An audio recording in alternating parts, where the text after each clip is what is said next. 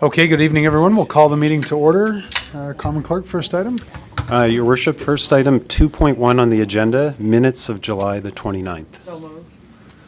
Moved by the Deputy, seconded by Councillor Mackenzie. Thank you. On the question, all those in favor? Anybody contrary-minded? Not seeing any. Thank you. And next item?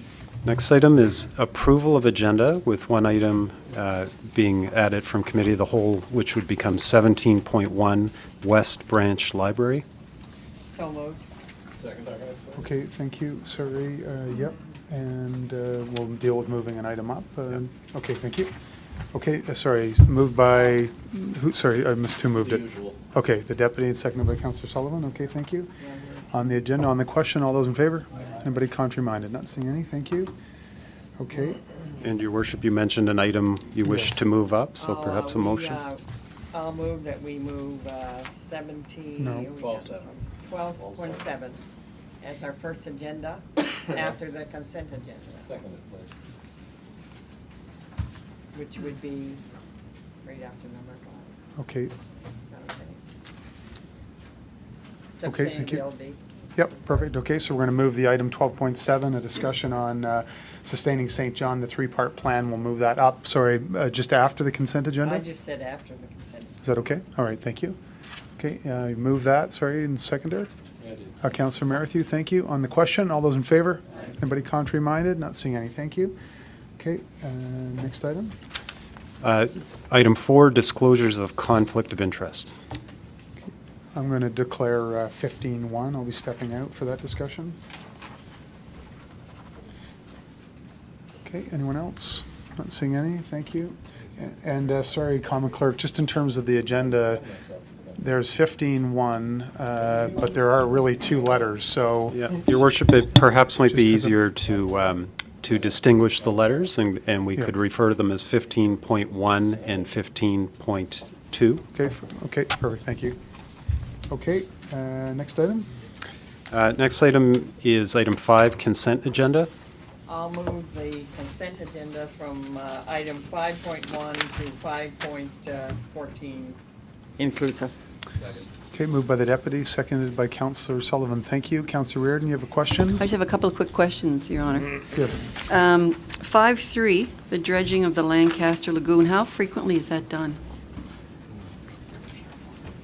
Okay, thank you. Through you, Your Worship. 1 second, sorry, 1 second. Get a microphone for you. Okay. There you go.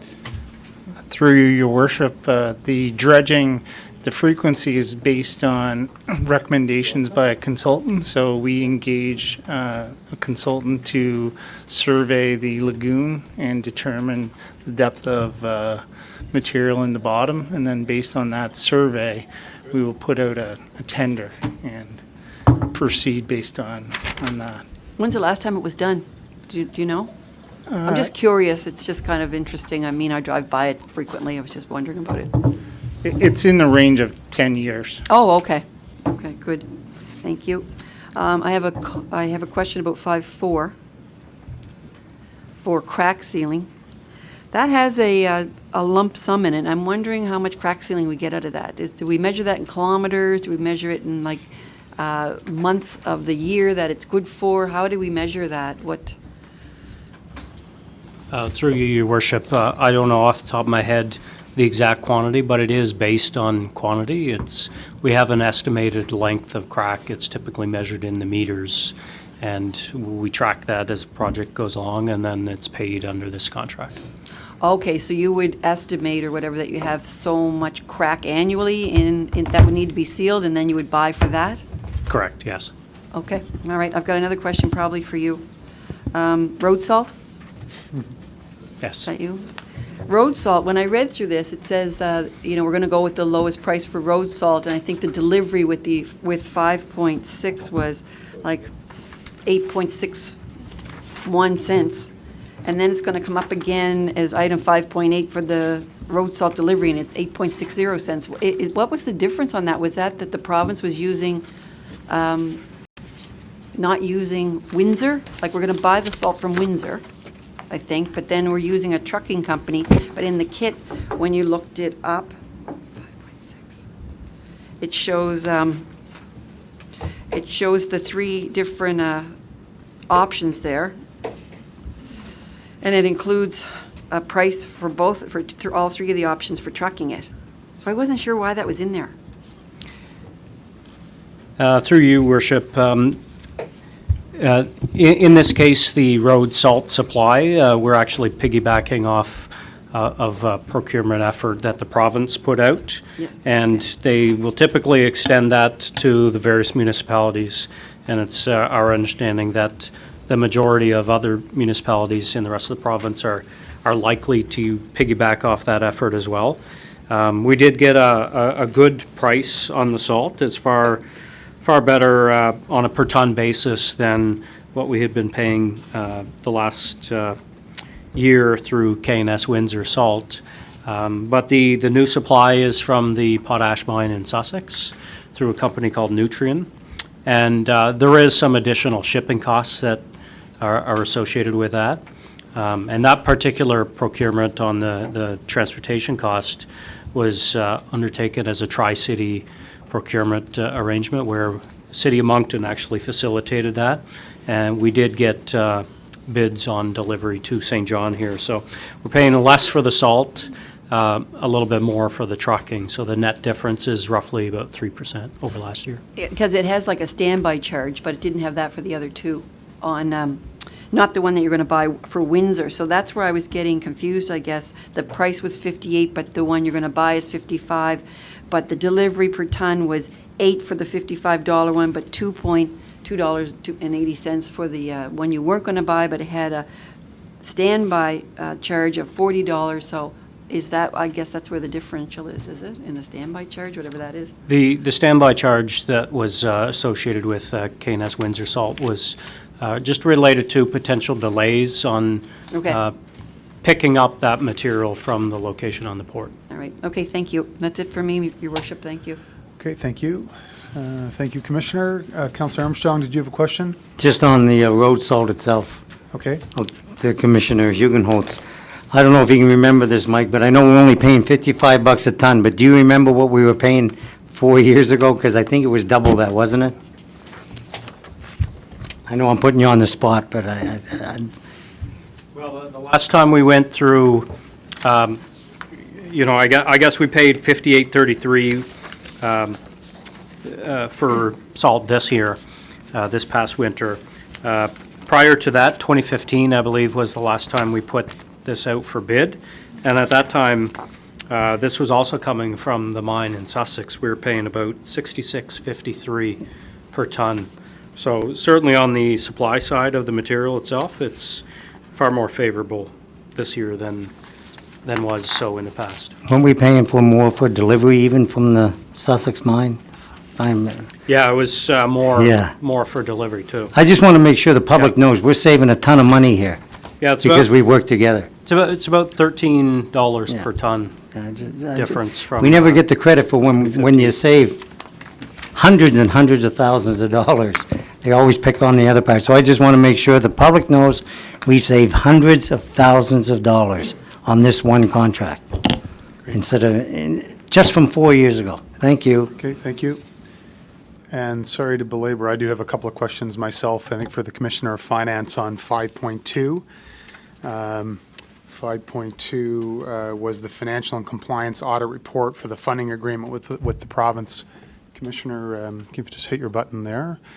So my question, Commissioner, is I guess just for those sort of here and those watching, could you just give us a layman's overview of what was that? What is the compliance audit? How did it go? Was it a day, an hour, one phone call, or was it more comprehensive? Through you, Worship. The compliance audit, Section 6 of the funding agreement with the province of New Brunswick committed the City of St. John to provide the province with a financial and compliance audit for actually each year of the funding agreement. So we worked very collaboratively with our auditors and the province on the scope of that engagement based on the relevant Canadian accounting standards for that type of engagement. The audit work, I'd say, spanned approximately 3 weeks. Involved various finance staff, involved human resource staff, in terms of looking at the number of, in the establishment, which is an audit report that's required in the funding agreement. Yeah, so that's, in addition to that, we also have semi-annual reports that we have to provide. We're working collaboratively with the province as well on an ongoing basis.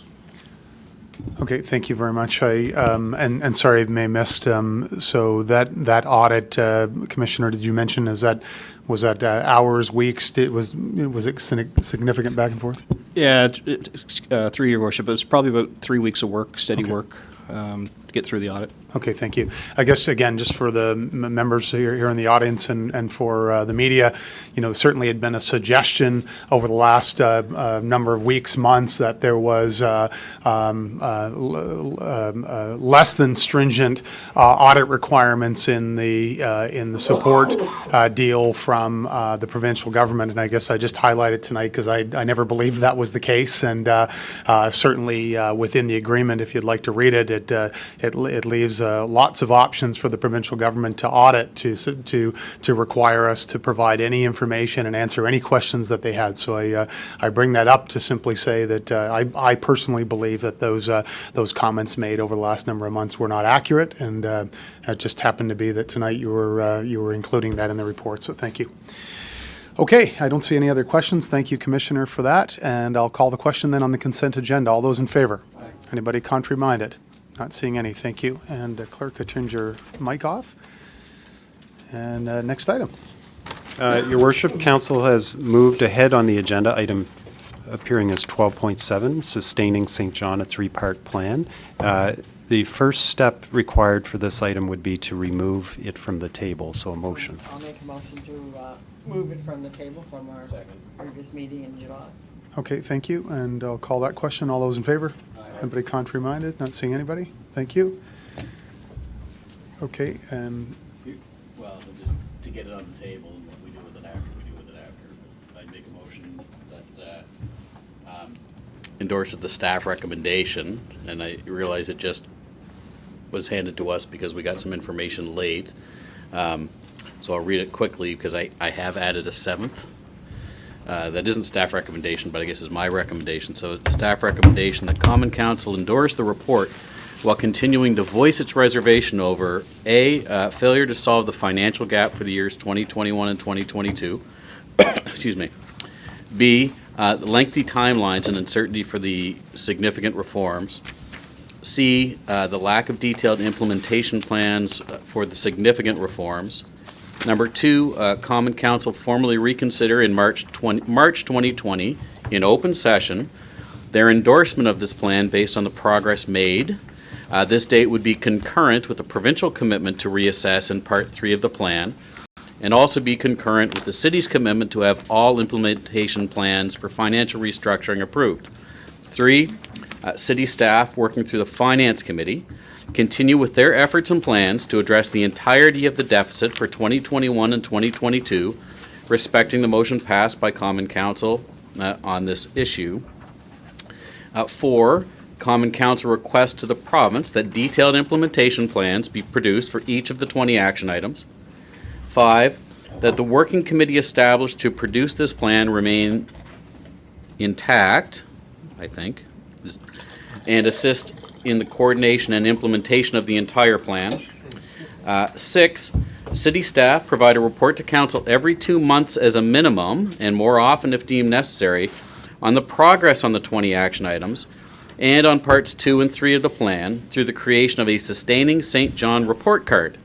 Furthermore, that this report card be provided to St. John Common Council members and the Legislative Assembly from the Greater St. John Region, the Premier's Office, and all 4 political parties currently represented in the provincial legislature in order to ensure broad situational awareness.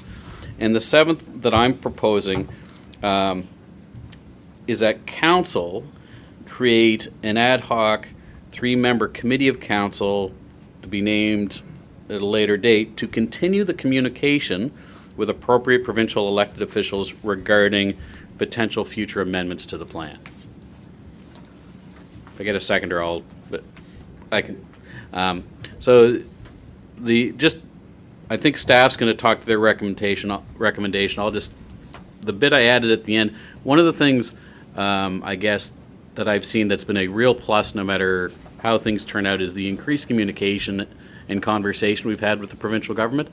And I think it's important for that conversation not to end with this paper document. And rather than 11 of us calling Minister Carr and saying, I think if we were to create a small group of council that would report to council, but to be that liaison to keep the conversation going.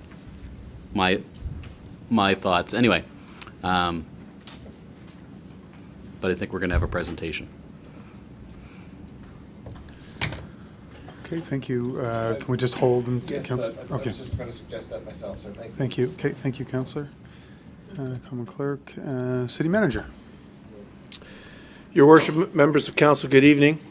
The aim of my presentation this evening is to update you on the staff recommendation on the question of support for sustaining St. John, a three-part plan.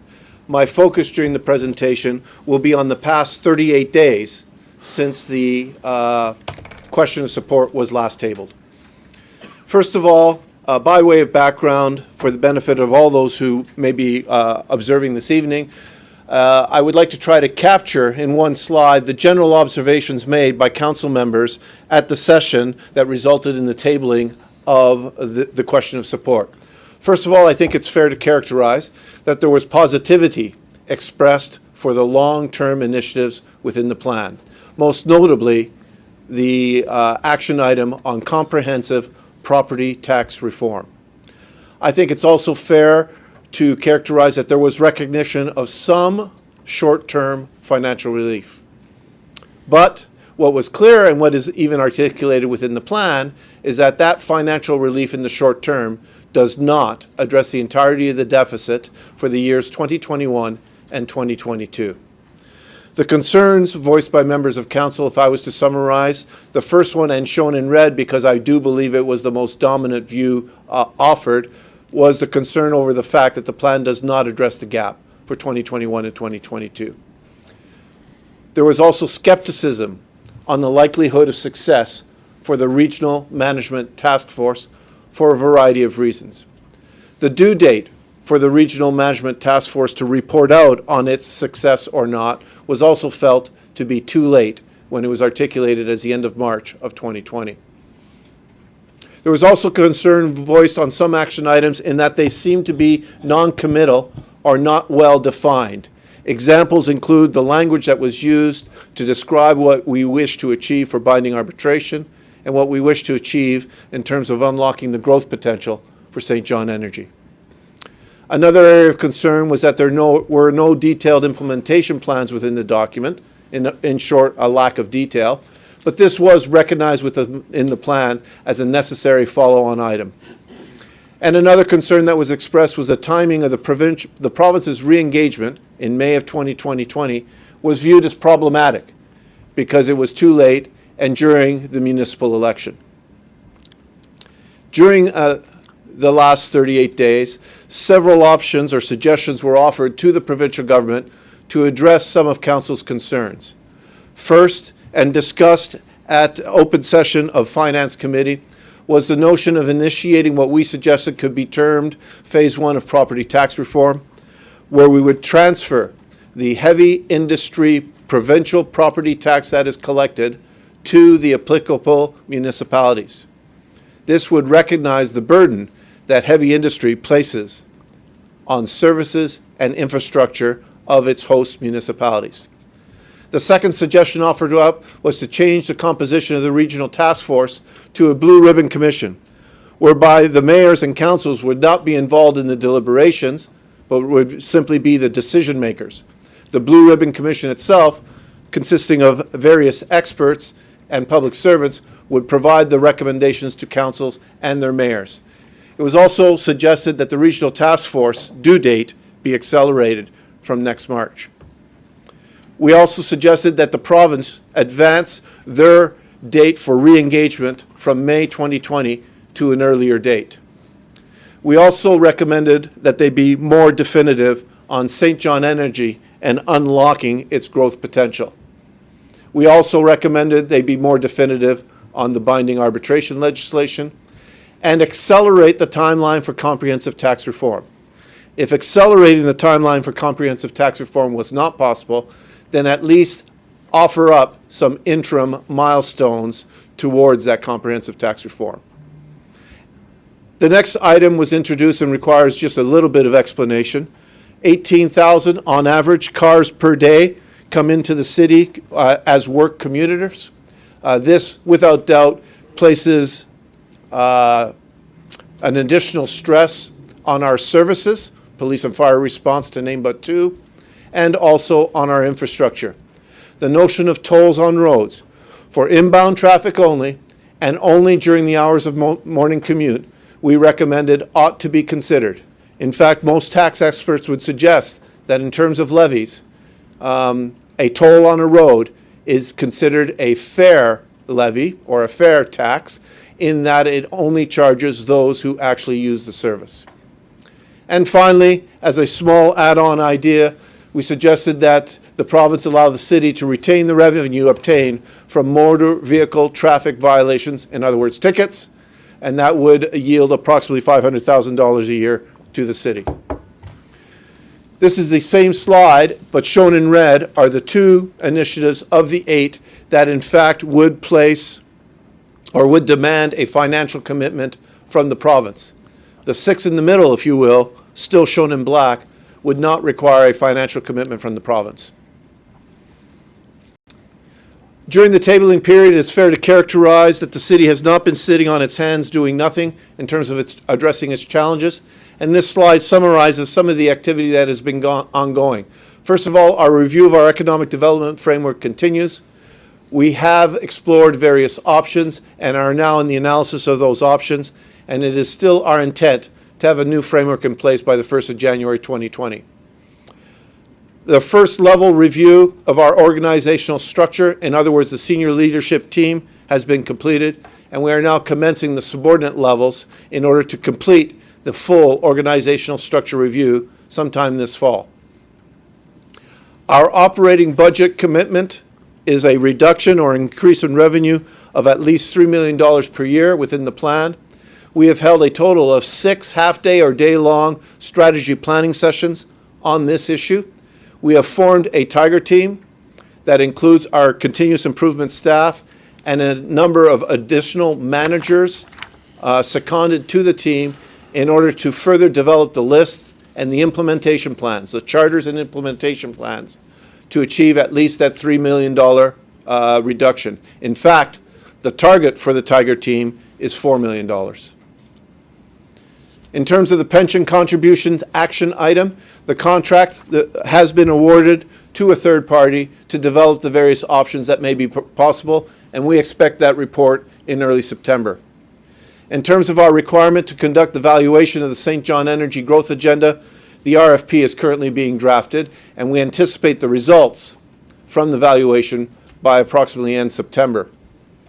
In terms of the action item on facilitating growth through enhanced collaboration with industry, it's my pleasure to report to Council that we've actually held 2 day-long workshops with developers, contractors, and consultants, and those ideas have now been fed in to our continuous improvement initiatives. In terms of developing and executing a long-term financial plan for the city, the first in the city's history, final draft nears completion and will be presented to Council for approval through the Finance Committee in October of 2019. In terms of developing and executing a debt management policy and a wage escalation policy, the debt management policy has already been approved by Council. The wage escalation policy has been approved by Finance Committee and will be brought forth to Council in September of this year. And finally, in terms of our commitment for the fundamental review of all agency boards and commissions, we are still in the data analysis phase. That nears its completion. Option development has begun for select ABCs, and the full review will occur in October and November this year. Turning to the next step, on the question of support for sustaining St. John, a 3-part plan, that, as you know, is being removed from the table this evening, or has been moved from the table this evening. Regardless of the outcomes of those discussions, Council has endorsed, and the staff is working on developing the plan to address the entirety of the deficit forecasted for 2021 and 2022. Based on our modeling and based on an anticipated growth rate of 1.5%, the average deficit over that period of time will be $12 million annually. $3 to $4 million of that will be the Just Do It initiatives, that $4 million that I spoke about that the Tiger team is looking at. And then the $8 to $9 million will be accomplished through other major initiatives. Council's direction to the staff was to provide the broad parameters of that plan to Council by the end of September 2019, this September, and budgetary adjustments or implementation is to commence as early as the 1st of January of 2020, where appropriate. In all regards, the entirety of the deficit, the implementation plans for them, must be brought forward to Council and approved by Council by March of 2020 or earlier as necessary. Put another way, it is this Council that will make the determinations on how to address the entirety of the deficit. With that, over the last, on August 14th, this Council met with members from the Regional Caucus and the Premier of the province to discuss sustaining St. John, a three-part plan. And from that meeting, today, in fact this afternoon, we received an amended version of the plan and a supporting letter from the Premier of the province. The key proposed changes to the plan are summarized on this slide. First, there is more definitive wording and commitment to changing the binding arbitration for police and firefighters. Second, there is more definitive wording and commitment to enabling St. John Energy's growth agenda. Third, although the final report for the Regional Management Task Force was not advanced, there is now a requirement for an interim report to be produced. And there is also a recognition of the requirement for outside expertise and advice to the task force. And fourth, the province has stated that they intend to advance their reassessment of outcomes, in other words, Part 3 of the plan, from the May period to the March period of 2020. Our analysis of the changes to the plan are as follows. The plan still does not address the financial gap of 2021 or 2022, and that is recognized within the plan. We still believe there is tremendous potential in the longer-term initiatives, and now some of those longer-term initiatives have more definitive wording. There is still some, albeit limited, short-term financial relief. There is now a recognition of external assistance to Regional Management Task Force, which is a positive enhancement, and there is a clear commitment from the province to reassess before the next municipal election. With that, our recommendation to Council is as shown on this slide, and I recognize that Councillor Sullivan has already read it, but allow me to offer some explanations as to the rationale behind each of these points. First of all, we do believe that we are better off with an endorsed report than without an endorsed report, and therefore it is a staff recommendation that Common Council endorse this report. But clearly, Common Council has some significant and important reservations, and certainly we would recommend that those reservations continue to be voiced as we move forward from this point. And the summary of the key reservations are shown in those sub-bullets. The second point is a very important one, in our view. There is still a lot of skepticism as to what level of optimism ought to be associated with the outcomes of this plan. And that is understandable based on history and based on current circumstances. And therefore, we are recommending that not only does Council endorse the report at this time, but that Council formally reconsider that endorsement in March of 2020. In other words, revisit. The date of March 2020 has been intentionally selected. First of all, it coincides with the date when the province is going to reassess their commitments within the plan and any additional items that are required. It also coincides with after the interim report from the regional task force. And it also coincides when all of the implementation plans for the financial restructuring need to be put in place. In short, there will be a much clearer picture on the future financial situation of the city in the March timeframe, and therefore it would be an opportune time for the city to formally reconsider its support for the plan. Third bullet is the notion of continuing, regardless of any decision made this evening, regardless of any future changes to the plan, the city remains absolutely committed to address the entirety of the deficit for 2021 and 2022, and that planning must continue in accordance with the motion passed by council, and I apologize, there's a typo at the end of that line. The fourth bullet, there are no implementation plans for many of the action items. This is recognized within the report. It's fair for us, for Common Council, to ask for detailed implementation plans on the various action items. The next one is the working committee.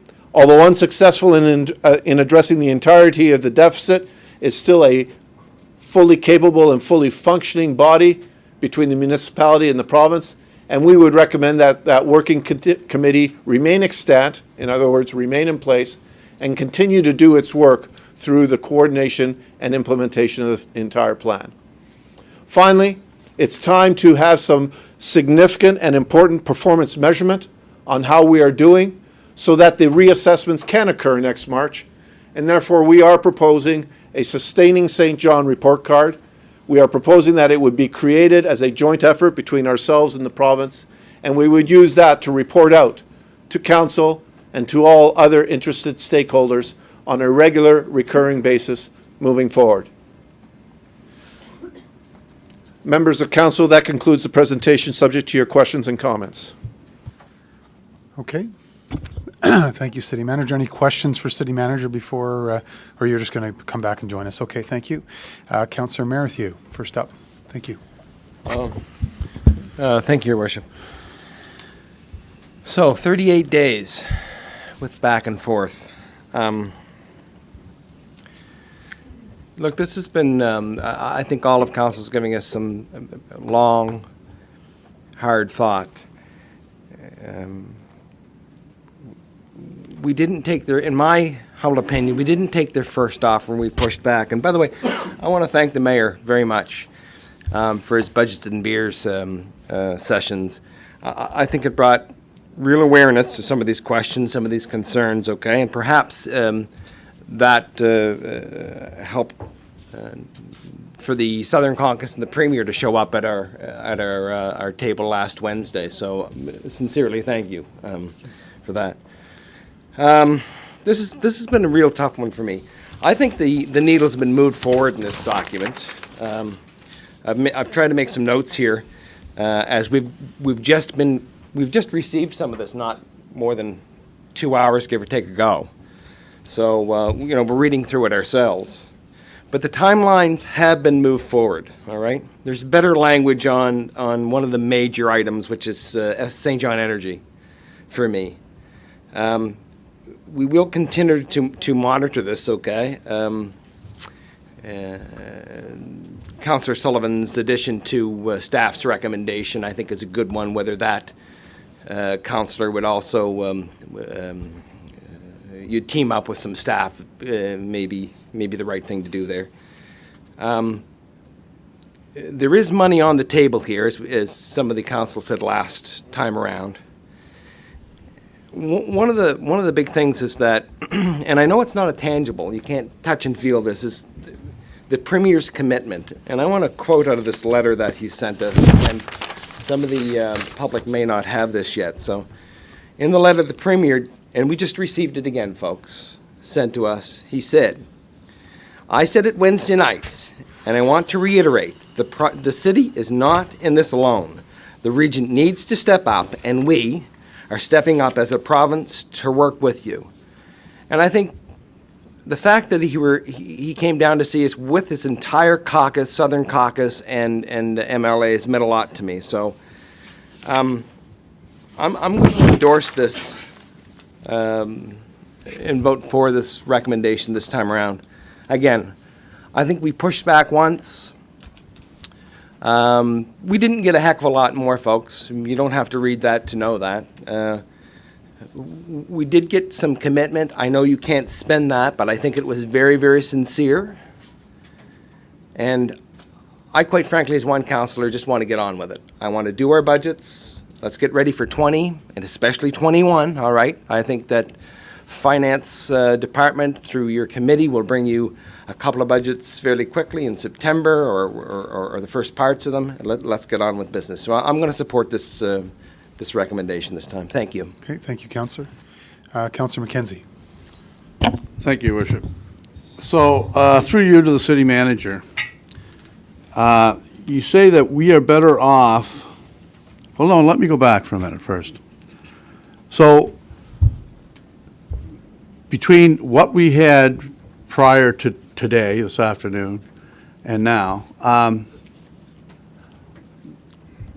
is our deficit gone down? Like, I mean, are we going to be getting money to help so that we don't have to do $12 million worth of cuts? Or are we still going to have to do the cuts, either way? With an endorsed report, there's a commitment from the province to make certain changes to legislation and processes whereby with an endorsed report, there is somewhere in the neighborhood of 1 million or slightly more of hard financial relief to our budgetary situation. So yes, we go from 12 million to perhaps something like 11 million. It could be more than that depending on the success of some of the other initiatives, such as Succeed and Stay. But in terms of cold, hard cash, it's somewhere in the neighborhood of $1 million. And does that $1 million go away without the endorsement of this? Or I can't speak to what the province's commitments are, should this report not be endorsed. okay, so I guess what you're saying then is, if we don't endorse this report, all the things that we should be doing or that we are doing remain in effect, and all of the things that the provinces said that they would commit to doing go away. No, I have not said that. Well, I mean, that's the impression I'm getting, because I almost feel like by endorsing this report, I'm endorsing $12 million worth of cuts to the city of St. John, when we're going to be doing that anyway. And I also feel like the province is committed to things through our efforts and through campaign promises for the rest of the province, that people are saying, well, St. John says no, the rest of the province doesn't get it and St. John doesn't get it. Like that, to me, I'm not negotiating here for the province. I don't even feel like it's a deal. I feel like it's an understanding in writing that we have to do $12 million worth of cuts, and that the provincial government is going to try to do some things on their side. So it's an understanding. And like, I understand that, but I don't have to put it in writing. I mean, we're doing it. And so I guess, what is the difference between just doing it, having the understanding, and signing off on a contract or deal or whatever you're calling it? What's the difference? Well, I think it's fair to characterize that the difference to a degree is we go from verbal commitments of provincial leadership to hard written commitments. That is an aspect of it. I think the second aspect that's within this plan are some key dates that have not been committed to in any other form that I am aware of. For example, the commitment to complete comprehensive property tax reform by the end of 2022. Would they continue with that? Not for me to comment on. But what is clear is that they have made those commitments within this report. And what is clear is it provides us an opportunity to work very closely with them to advance those commitments. We want to be at the table in a very significant way for the comprehensive review of property tax reform and the other action items. Our recommendation that you endorse this report is simply to help promote that. Yeah, well, to be honest with you, I mean, we got this information today between 3:30 and 5, and being in meetings, I haven't had a chance to read it, and that's why we don't get our council kit during a council meeting. I would just assume, I'll let everybody speak, but I'd just assume either defer it or table it until we've had a chance to go through this with a fine-tooth comb, because I don't think that you guys even had a whole lot of time to put your recommendations together.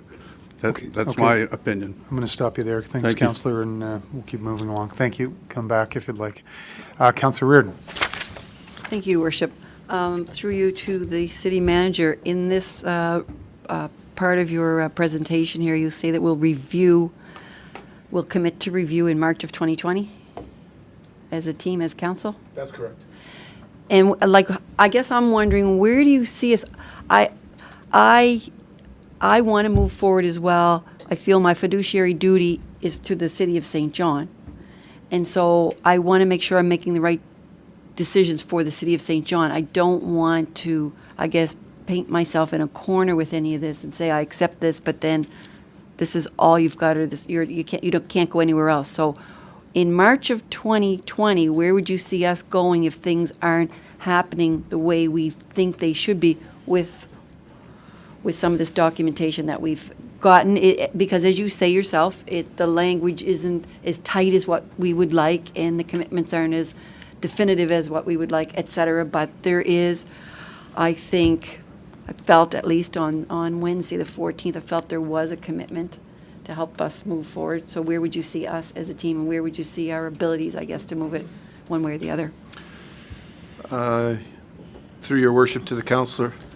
First of all, in March 2020, if we deal with some of the bigger items, if there's going to be movement on changes to collective, to the binding arbitration for police and fire, we ought to have seen some significant movement on that between now and March of next year. We will have completed the valuation on St. John Energy, and the province will have had the opportunity to enact the legislation required to enable that growth agenda, should they so choose to do so. We will have a very good indication of whether the Regional Management Task Force has managed to successfully address some of the service inequities and, more importantly, cost inequities within the region. Those are but three examples of where we will find ourselves in March. If in March, upon review of that and of those and all the others, this council feels that sufficient progress has not been made and voices their objection to that, first of all, it will be a very clear statement of, if you will, almost condemnation on our inability to move things forward within the province. But secondly, it will then permit us to focus our entirety of effort on addressing the deficit in 2021, 2022, and quite frankly, walking away from perhaps the Regional Management Task Force if it's not bearing fruit. To walk away from discussions on St. John Energy and consider other options if the commitment is not there from the province, et cetera, et cetera. So there will be options that the council can consider come March of next year after it completes its reevaluation. I guess I'm just worried that, without the enabling legislation, it's difficult for us to do things, but I do want to go forward. And so I don't know where I am with it. I'm going to wait and hear what everyone else has to say on this, but I want to make sure that I can still strike, I guess, the best deal for St. John as we move forward through this. So I'll wait and hear what the rest of the discussion is. Thanks. Okay, thank you. Okay, thank you. Councillor Sullivan. Thank you, Your Worship. First, and this just from me, a whole bunch of thank yous. When I think of how we got from where we started to where we are, the City of St. John was important enough that 2 successive provincial governments passed the baton. We talk about passing the baton to the next council. The previous Liberal government started this process. For me, the important piece was this agreement.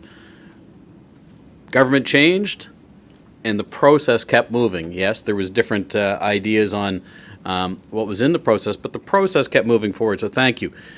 All the municipal and provincial staff who worked on this document, MLA Savoy, who did a whole lot of heavy lifting early, the whole Southern Caucus, Minister Carr, who's traveled down to join us on several occasions, the level of engagement between the city and the province in my almost 8 years of being on council, this is unprecedented, this amount of engagement over the last 2 years. thank you to Councillor Reardon for having the calm head at our last meeting to say, maybe we should table this and talk about it and see what else we can do. I think that was a key decision point for this council, and thank you to Councillor Reardon for doing that. Everything in this amended report is good. I want to get working on them.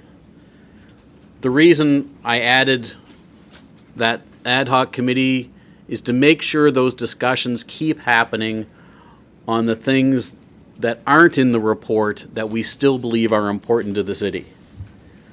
And I think the conversations we've had, both the unofficial ones, the semi-official ones, the official meetings that we've had, I think the level of conversation that we have had between the city and the province has been fantastic, but we need to keep that conversation going because there are still things we need to work on. We're talking about transformational change, and I'm not going to get sidetracked into why we need more enabling legislation for municipalities, but what's in this report is Cabinet committing to changing arbitration legislation, tax reform legislation, likely as part of a whole province thing, but specifically for the City of St. John, the Electricity Act to support St. John Energy, and the Regional Facilities Commission Act in order to make significant changes on support for St. John's, Greater St. John's regional facilities. Changing acts in the legislature is a lot of heavy lifting that's committed to in this report and will benefit St. John. So I think I really want to get to work on these things. I know St. John has started working on these things. I'm sure the province is started working on things already and ready to go. So let's go. Let's get started on the stuff that's in the report, and let's keep the conversation going on the stuff that's not in the report. Thank you. Okay, thank you. Deputy.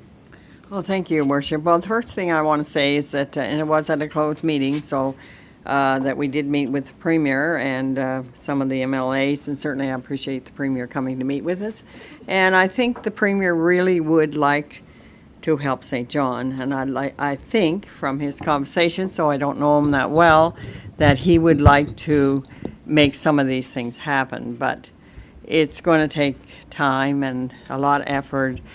And unless somebody's really going to push the envelope here a lot, that these are not going to happen, because we got to regionalize a lot of things to make this report go ahead with anything. And I recognize that the Minister Carr is here this evening, and I appreciate his work. But what we got back today, you know, I'm not sure whether there's anything concrete in there. It talks about the regional task force, and it talks about adding some outside expertise to that. Doesn't tell us who. The binding arbitration, it's going to be left up to us to put forth what we want, and then we would have to get some unity, I guess, from the rest of the province before the province or the other municipalities, before the province is willing to change something. And when we met with the Premier and the MLAs, there wasn't any really, I didn't really feel that there was any great support to change legislation on it at St. John Energy. And I know in our report and in all the documents, we talk about getting millions of dollars from St. John Energy. Yeah, I don't know if that can happen, because first of all, if they're going to have new growth, they got to get started and they got to make money in order to give us money. I'm just naming some things. I just don't, you know, like, I can accept this report tonight, or I can table it, or I can do anything with it, but I just can't say it's great for us, because it's not addressing 2021 or 2022. You can say whatever you like, it's not addressing that, and it's not just 12 million, it's 12 million for 2021 and 12 million for 2022. That's a lot of staff and a lot of services that we got to cut over the next number of years. And the one thing that I thought that they could have helped us with, they didn't think it was good, I guess. We got 10.4 million coming for 2020. If we don't spend it in the budget for 2020, it has to go back to the province.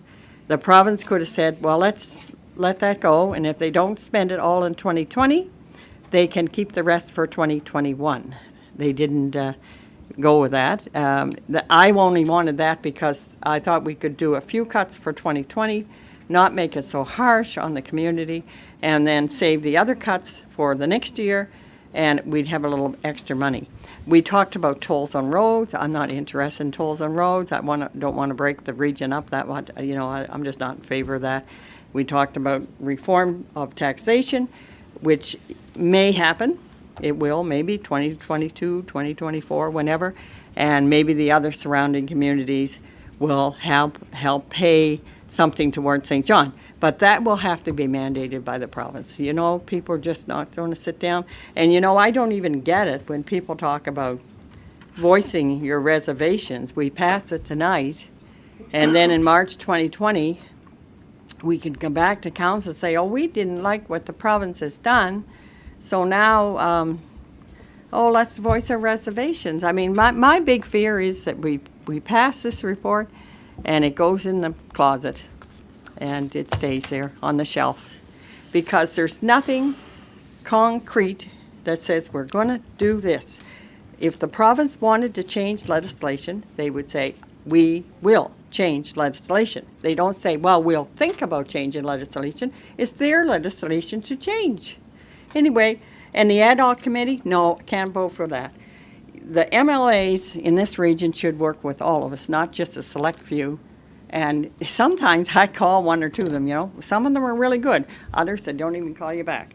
So I don't mind saying that, because that's just the way it is. So you're not going I like the Premier. I hope he does well, but by gosh, we've got nothing concrete here, and he's smart enough to know that.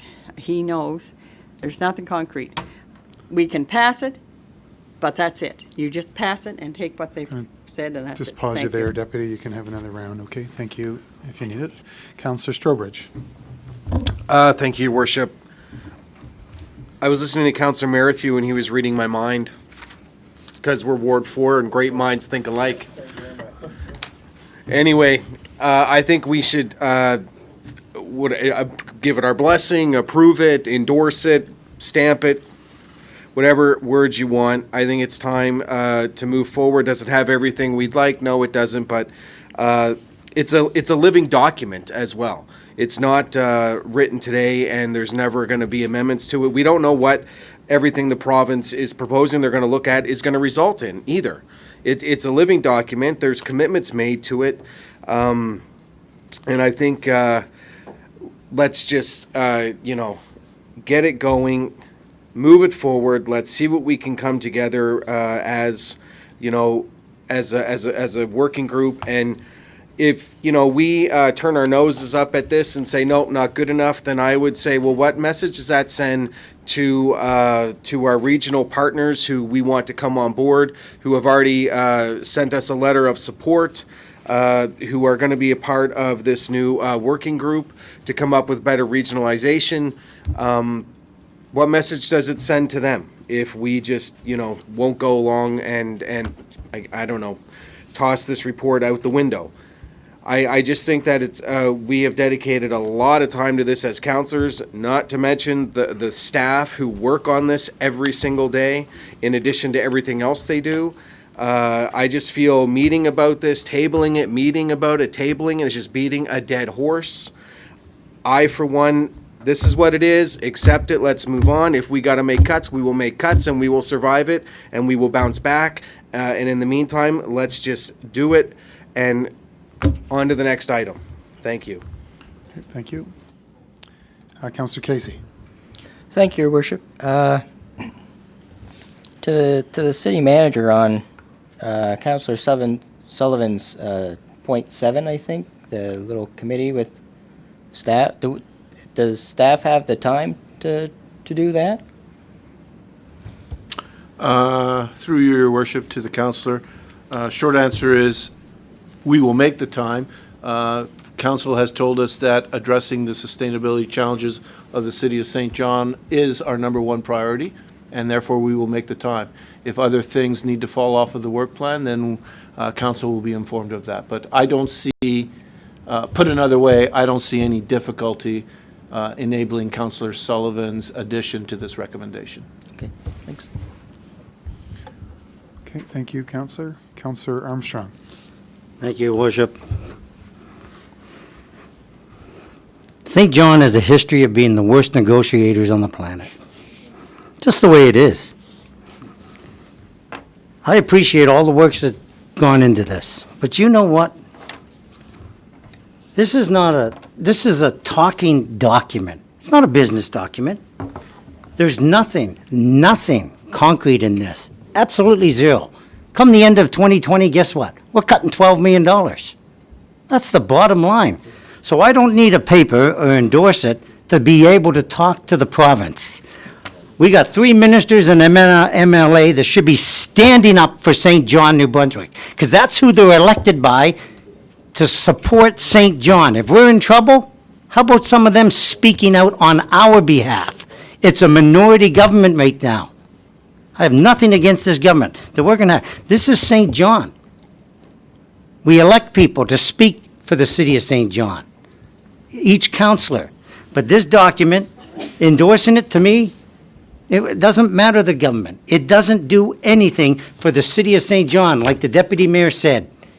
At the end of the day, we're cutting $12 million. And we can talk till the cows come home, $12 million. Legislation. The mortgage payment is due, and there's nothing in this document that's going to help us. Yes, there's lots of maybes, there's lots of talk, but I don't need a piece of paper to phone up my MLA or my minister or anybody to keep talking. And as a city, we're terrible negotiators. Don't forget, 3 ministers and an MLA. And when we cut $12 million, people are going to ask, where's our representation from the provincial government? Doesn't matter the name, PC or Liberal to me. Where's the representation to help out St. John? That's all. It's very simple to me. We have to make the cuts no matter what. So recommending, this is a great document, but that's what it is. It's a document. It's not a contract. There's nothing in this that says we're going to do this to make it happen. There might be $1 million in there, so you got $11 million to cut. And we're going to know in another month what $11 million, well, Councillor Merrithew referred to it 2 years ago. What's it going to look like? It's going to be uglier than sin. What happens when you got to cut $11 million? We have to clean up our own problems, yes, and we're going to do it as a council. But this piece of paper and this document, no matter who it comes from, means nothing. It's all talk. And that's great, because you have to be able to talk to everybody. But I say, St. John has to do it on their own. When you become stronger, people will gravitate towards you. We have to become strong. And I just want to say publicly, I'm not for tolls on any roads. That's for sure. I just want to put that out there, because that's going to be the headline tomorrow. St. John wants tolls. That's what I believe. Anyway, thank you for my time. Thank you. Councillor Hickey. Thank you, Your Worship. I just want to quickly just start with one thing. Just to Councillor Strobridge's point, if tabling and going back and forth on this is like beating a dead horse, then why would we endorse a dead horse of a deal? I mean, the thing for me is this: there is a continued failure to solve the financial gap we have. We've provided requests to the province, none of which considered to meet the financial requirements we need to get this across the line. And I'm considering endorsing staff's recommendation, but I want to make it clear that approving this is not an enthusiastic endorsement. It's a begrudging middle ground. And because, for me, this isn't over, and this is a step one in the forward momentum of the sustaining St. John deal. And I want to make sure that that's clear. Because if we accept the deal as is, without the points laid out by staff and by Councillor Sullivan, I think, to Councillor Armstrong's point, this is another example of St. John accepting a raw deal. And we've got to stop accepting raw deals, because it's led to the financial position I think we're in now over decades and decades. I I think the biggest thing that comes out of this for me is that we need a regional strategy that has neighboring communities footing their fair share in using St. John as both an incubator and hub for the greater region. I think it must happen. Whether it be in the form of a poll tax or a commuter tax, of which, Councillor Armstrong, if it is the headline tomorrow, if it means sustaining the city, I will fully endorse a commuter tax from the outlying communities into the city.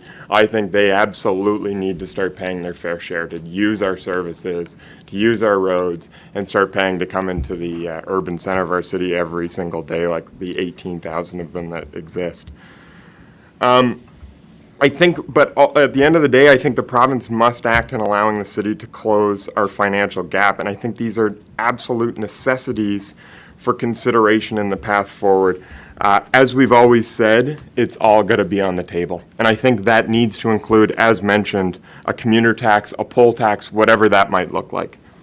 So I think that's where I stand. I'm leaning towards supporting with staff's considerations.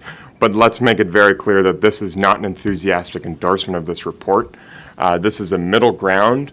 This is our council trying to find common ground with the province so that we can continue these negotiations. Because the reality is that if we don't get our hands untied from behind our back, we aren't going to be able to meet that $12 million gap that we're faced with. Thank you. Okay, thank you.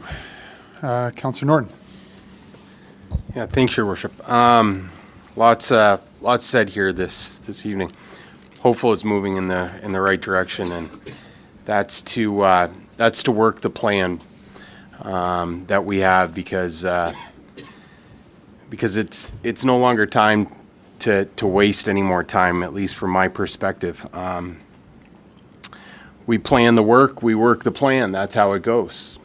It's an old adage, but it's time to get to work, and it's no longer time to delay. What we do when we often delay these things is we create an environment, or we create a situation or a platform. Ultimately, what we do is we create uncertain ground for us, and we want to shore up that ground. So delaying council's endorsement on this only adds to that uncertain ground for St. John, Greater St. John, and the municipal landscape for the province of New Brunswick. With a council endorsement, what we do is we create more certain ground to work upon. Municipal reform has to start somewhere. Looking at things like the Local Governance Act, the Old Municipalities Act, looking at legislation has to start somewhere. And St. John is often coined as a city of firsts. We've been first at many, many, many, many things. And I see St. John in this discussion as it relates to creating a new municipal conversation and municipal landscape for the province of New Brunswick as being a first leader. It's no other city that's at the beginning of this, and I'd like to help mold this, and I'd help to form this, and I think St. John's in a privileged position to be working with our legislative colleagues, the Premier and the Minister, to be again a leader of leaders, to be first at the table. And I believe that, others are looking at us. We often talk about cooperation. Here's a chance to cooperate. I've heard it from councillors around this table that when you're talking about interest negotiations, or you're talking about negotiating with our unions, that, hey, a good negotiation or a good contract is when both come away a little bit unhappy, because it's reflective of the fact that both sides got a little bit of what they wanted, while at the same time not one side got everything that they did want. We've got to remember, folks, that there's more than just St. John in this discussion. There's a province of New Brunswick, there's a provincial taxpayer, there's outlying communities, there's legislation, there's MLAs that represent rural and urban ridings that are looking at this. There's pushes and pulls. Are we here for St. John? Absolutely. Is it time to get to work? Most certainly it is. We've got a chance to be first again. And that's helping form a dynamic document that we have here. I believe it was said that it was a living document. Absolutely. We have a chance to mold it and form it, change it, tweak it, better it. And we have a Southern Caucus and a provincial government that hasn't pushed away from the table. They're here. They're here in this room tonight. They've been here since we tabled it. They've been part of the discussion all along, and they've always answered the call, but they've got a lot of voices, and they've got a lot of people saying, look, here's some of my concerns, and here's some of my concerns, and we're one of many, many, many cities in the province, but we're the only one. We're the first city that gets a chance to go ahead and create a new environment for a new urban agenda in the province of New Brunswick. I look forward to working it. That's all I've got to say, Your Worship. Thank you. And I hope the vote is to endorse this plan, and we can get to the table and get working it. Thank you. Thank you. Councillor Strobridge. No, I'm done. Thank you, Your Worship. Thank you. I'm ready to move on. Thank you. Councillor Merrithew. Thank you, Your Worship. I thank Councillor Sullivan for reminding me of my manners to thank some people on this. Glen Savoy, I think, was a great help bringing this forward and the first steps and to start with, and of course the Southern Caucus and Mr. Carr is here with us today. Thank you, Mr. Minister, and of course the Premier and all that met with us on Wednesday past. And just to finish up, a lot of good points here. It is a fluid document. I think there are more wins to be had by approving this motion, okay? I know we can't spend them today, but I believe there are more wins to be had. Thank you, sir. Thank you. Councillor McKenzie. Thank you, Your Worship. We've been talking about this, been negotiating this for months and months and months. 38 days ago it was tabled, and the first meeting with the MLAs and council took place last Wednesday night. And today, during a council meeting, we get some information, and just prior to a council meeting, we get information. Look, I'm not saying this is a bad report. I'm not saying that what people are doing isn't worthy, isn't good things. I'm simply saying that if we table this, it doesn't stop. We've already started. I keep hearing people saying, I want to get on with it, I want to get to work. The work's been ongoing. Next month, we're going to talk about the $11 or $12 million worth of cuts we're going to make. I think that getting this documentation this afternoon, after months and months and months of talk, and making a decision on this tonight without even having gone through it, because, I know some people have read the information, but, being in a meeting, I can only concentrate on one thing at a time. I don't think it's right.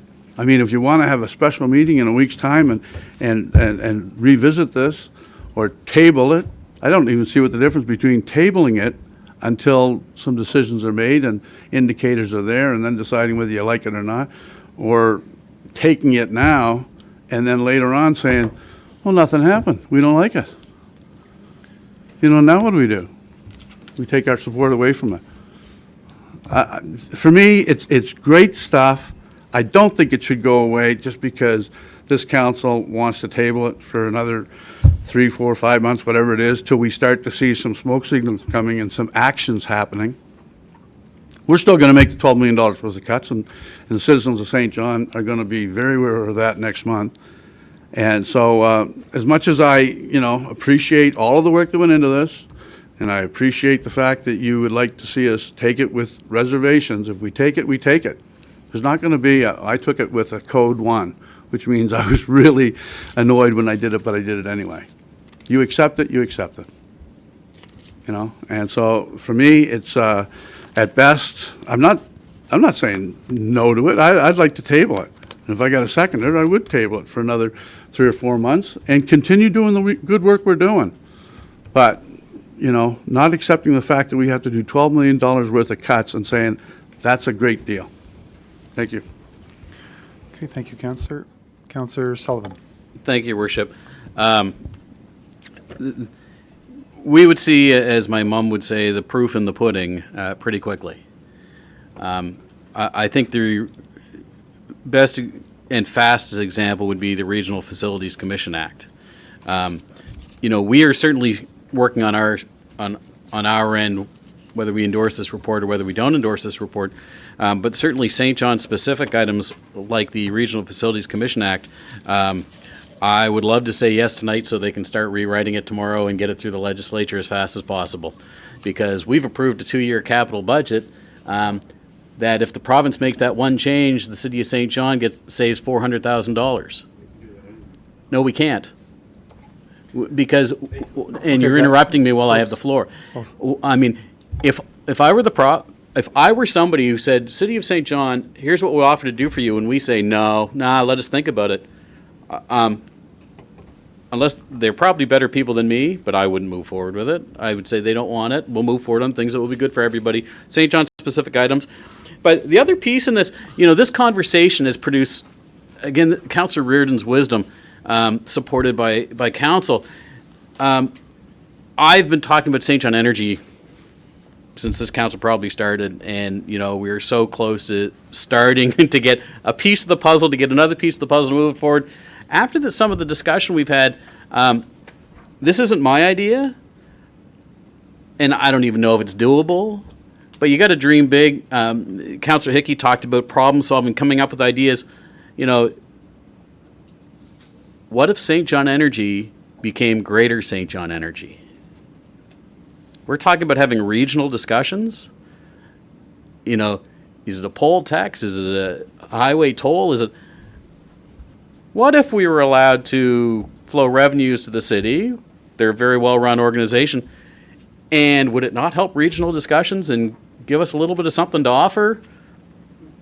Now, I don't know if we can do it, but the start to doing it is allowing St. John Energy to look at it and allowing us to talk about it as the owners of St. John Energy, which happens with this legislation. If we want to dream big and problem solve and look at things that we have, because we have so much strength in St. John, it starts with getting started. So let's get started on it. Let's dream big and keep the conversation going and keeping our creative minds in gear, so that we can come together as a region. I mean, we have so much strength in this region. We just got to get moving in the same direction and rowing the same boat in the same direction, and we'll be unstoppable. Let's go. Thank you. Councillor Reardon. Thank you, Worship. I guess for me, at the end of the day, and what's happened is that what everyone has said is correct. There isn't a lot more in this document. But what's happened for me is I've had an opportunity to meet the Premier. I've had an opportunity to meet Minister Carr. I've had an opportunity to sit with his team. And it was an impressive entourage that he brought to talk to council.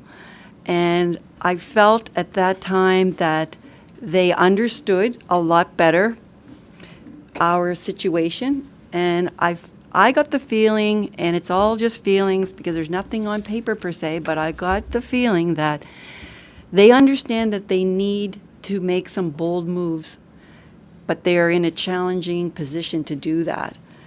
I do want to move forward on this, and I'm contemplating supporting this, but that doesn't mean I'm not going to keep their feet to the fire on this. I'm not going to stop chasing any of these things. I don't know what they'll come up with for us at the end of the day. We do need a lot of enabling legislation. Our hands are tied for many, many things. I cannot even give out a ticket for poop and scoop in St. John, or no municipality can. It's not legal here. So there's all kinds of ways. I can't collect money. There's all kinds of opportunities for us that are just not afforded to us because of legislation that needs to be changed. So at the end of the day, that's what I'm looking for. I'm looking for the big moves to start with. and that's where I want to go. So that is why I'm contemplating supporting this, because I think there is some real opportunity, but I feel like I'm volleying the ball over to the province to a certain extent.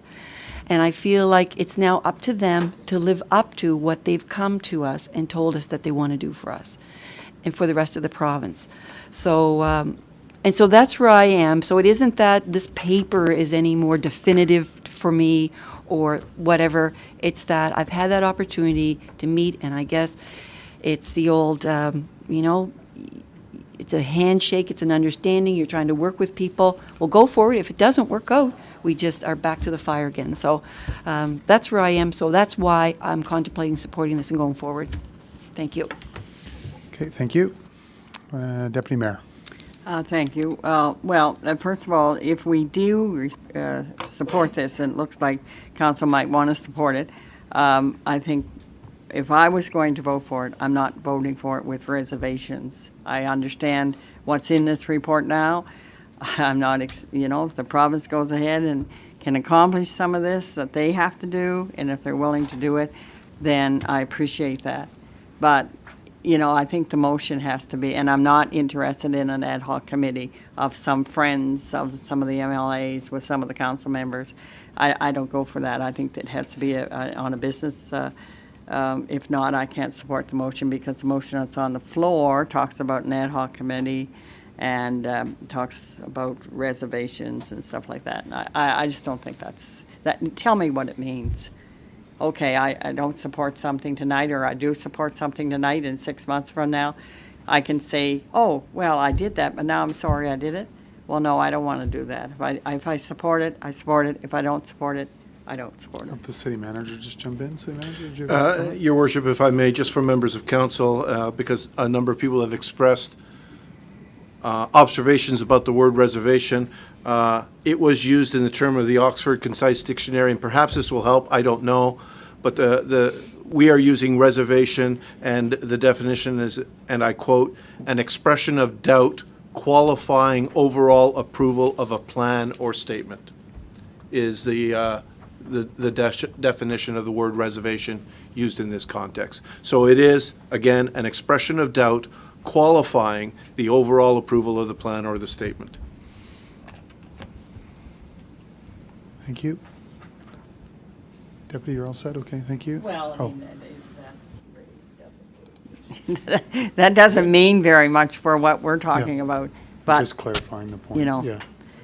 because you can't change your mind. Once you vote for it, you vote Sorry, for did it, you and you hope it works. Sorry, Common Clerk, you want to So jump in? That's as much as I can say on that. Common Clerk? Your Worship, I just wanted to point out to council that the motions could be dealt with separately. If the add-on motion, the deputy mayor would like to vote on that separately, it could be done. So. Okay, thank you. Okay, you're all set. Thank you, Councillor, or Deputy, and thank you, Common Clerk. Councillor Casey. Thank you, Your Worship. I'm going to support this. 8 million's not coming. I think we all realize that. The government's not going to fork over 8 million. It not happening. I even doubt the Liberals would have did it anyway. So, so you're wishful thinking, I think, on that. And as far as making up the 8 to 12 million, we really should have did that long ago, made these cuts, over like the 40 years that we've, that the population has shrunk, because we don't have 85,000 people anymore. We should have, and I understand that it's hard to take away stuff that you've given to people. No one really wants to do it. And once you give something, it's almost impossible to take it away from them. So, but, I think we should have made these cuts long ago, because, the population hasn't been going up. That would have certainly, helped the struggle that's going to come, and cutting 8 million all at once, basically. But I'm going to support it because I don't think there's anything else coming.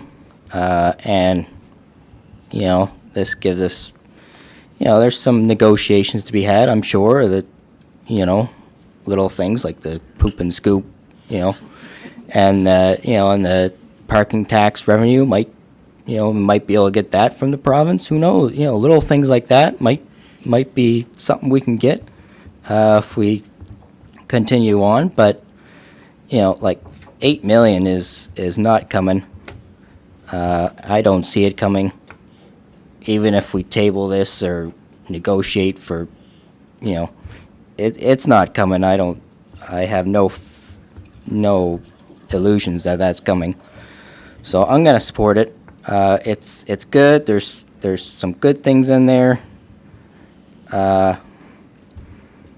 It's not gonna solve all our problems, but we should have started this, 20 years ago at least. So, thanks. Okay, thank you. Okay, let's make a couple of comments and then we'll wrap up here. It looks like no other lights. So, first of all, they're not necessarily all in the right order, but I do want to make a couple of comments. First of all, in the last week or two, there's been a series of newspaper articles about open and closed discussions and transparency, and certainly I've appreciated those articles. I think as councils, we can always do better. Again, it's been mentioned a couple of times, we received these documents tonight between 3:30 and 5:30. I'm personally not interested in taking a lot of heat on that particular item. That's when we received the documents. The documents are now on the city's website. I just want to clarify that. I want to make a comment about, we're down to the wire here in the 38th day, but we actually worked on this report for about 17 months. So we had a lot of opportunity to make this document, whether we think it's a good document or just a satisfactory document or sort of good enough document.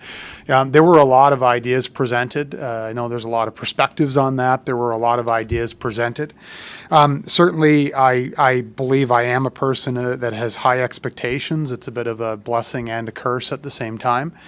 And I do think that this document could have been more decisive and action-oriented. I'm not saying that there aren't good items in the document. There are. But I do believe the document could have been more action-oriented.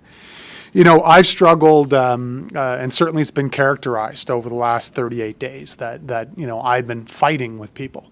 I really won't make any apology for fighting for what I believe is right, for fighting for citizens, for fighting for a better document, for fighting to close the financial gap. So the three big issues that I've had, that I've communicated on the occasions I've had opportunity, is there's a financial gap. That concerned me greatly. I don't disagree with Councillor Casey that, boy, if I had a magic wand, we would have picked away at this over the last 40 years, but we can't change the last 40 years. We're left with now a $10 to $12 million financial gap, and that is going to be very difficult for this community. It's going to be difficult for the community to shoulder it. And I think that my personal view is that has been part of this plan, is that we're going to shoulder that. And I think some folks think that that's quite simple, frankly, that it's just going to be a swipe of a pen. You're going to see over the next number of months, that is no swipe of a pen in this community. So that's what you can characterize me as fighting. That's why. It's been the financial gap, it's been the timing related to these items, and it's been the detail related. I don't believe that some of the folks involved in these files would accept this report with the lack of detail in the report. I think it was important to clarify that most of the city actions we were already doing. So from an authenticity perspective, I think it's important that we present. I would have rather the report been on 3 pages, not on 20 pages. 3 pages. Here's the new items that we're going to tackle. I would have preferred that.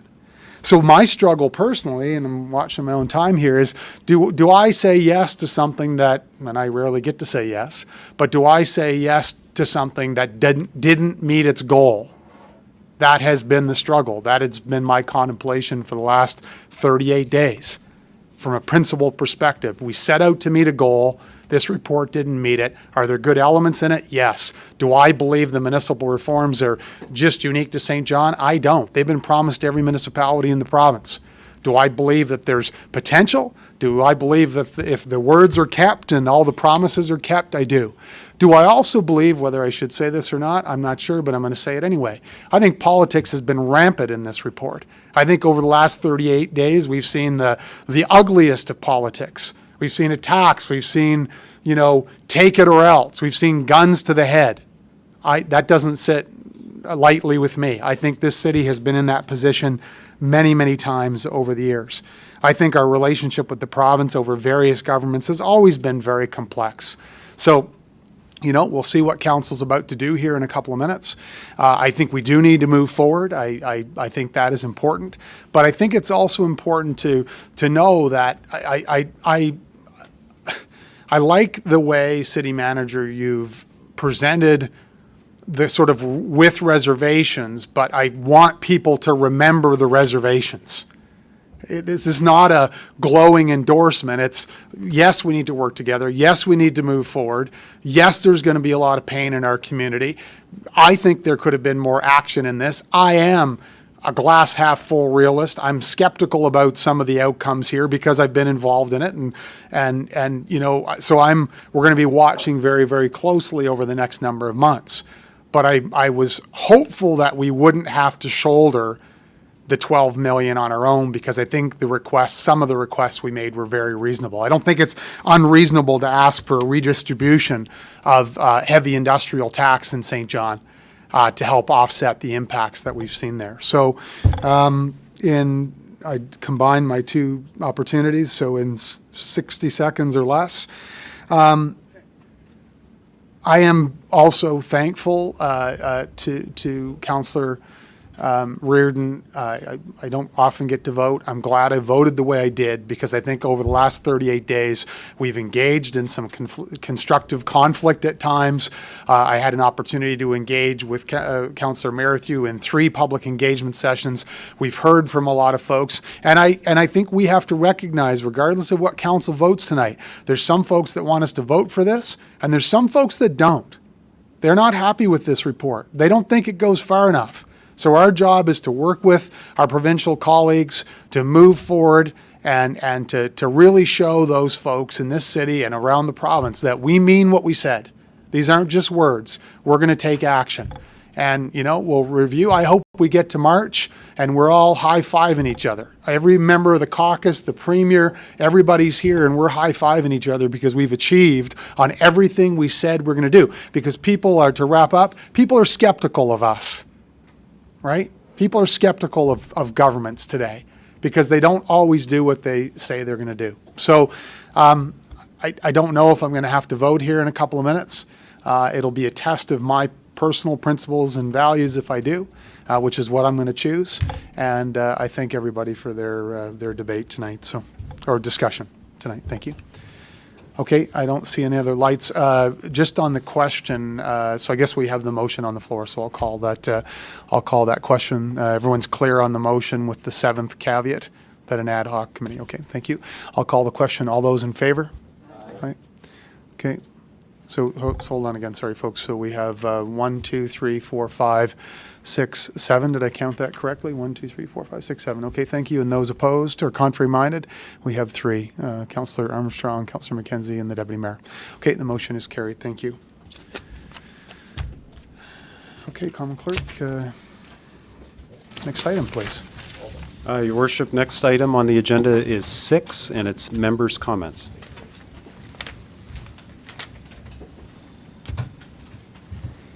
Okay, Councillor Reardon. Thank you, Worship. I just wanted to mention today that Fundy Fringe Festival starts today, and it'll go all week through in St. John. And the Fundy Fringe Festival is from the Fringe Festival, which started in 1947, I believe it was. So it's about 72 years old, starting in Edinburgh, Scotland. And it's kind of like that edgy, it's a different genre, it's a low budget to produce. It's done in bars, storefronts, etc. The tickets are $10 at the door to get in to see anything. There'll be a list you'll be able to find. There's a website for it. But you can get yourself, and I love this, you can get a pass for 8 shows for $60. So you and 7 friends can go to one show, or you can go to 8 shows yourself. So it's very flexible. So I'm just going to give it a little plug for that. And I'd like to wrap this meeting up early tonight. What time is it? 7:30. We've already spent a couple hours, or an hour and a half talking. But this time I'm not going to say how many years ago I was born. So there's a cake waiting for me somewhere, but hopefully a teeny somewhere waiting for me. So I'm hoping to get out of that shortly. Over to that. Thanks so much. Happy birthday. Thank you. Okay, thank you. Councillor Armstrong. Well, thank you, Worship. Just the fair taxation or the white paper, the hearings are on the 4th, 5th, and 6th, or the 3rd, 4th, and 5th. I can't believe I don't know, but I think the dates changed. Anyway, it's for the taxation. First time in the history of this province, they're going to be discussing it. Hopefully, there will be some good things come out of it, and the true facts are out to the public.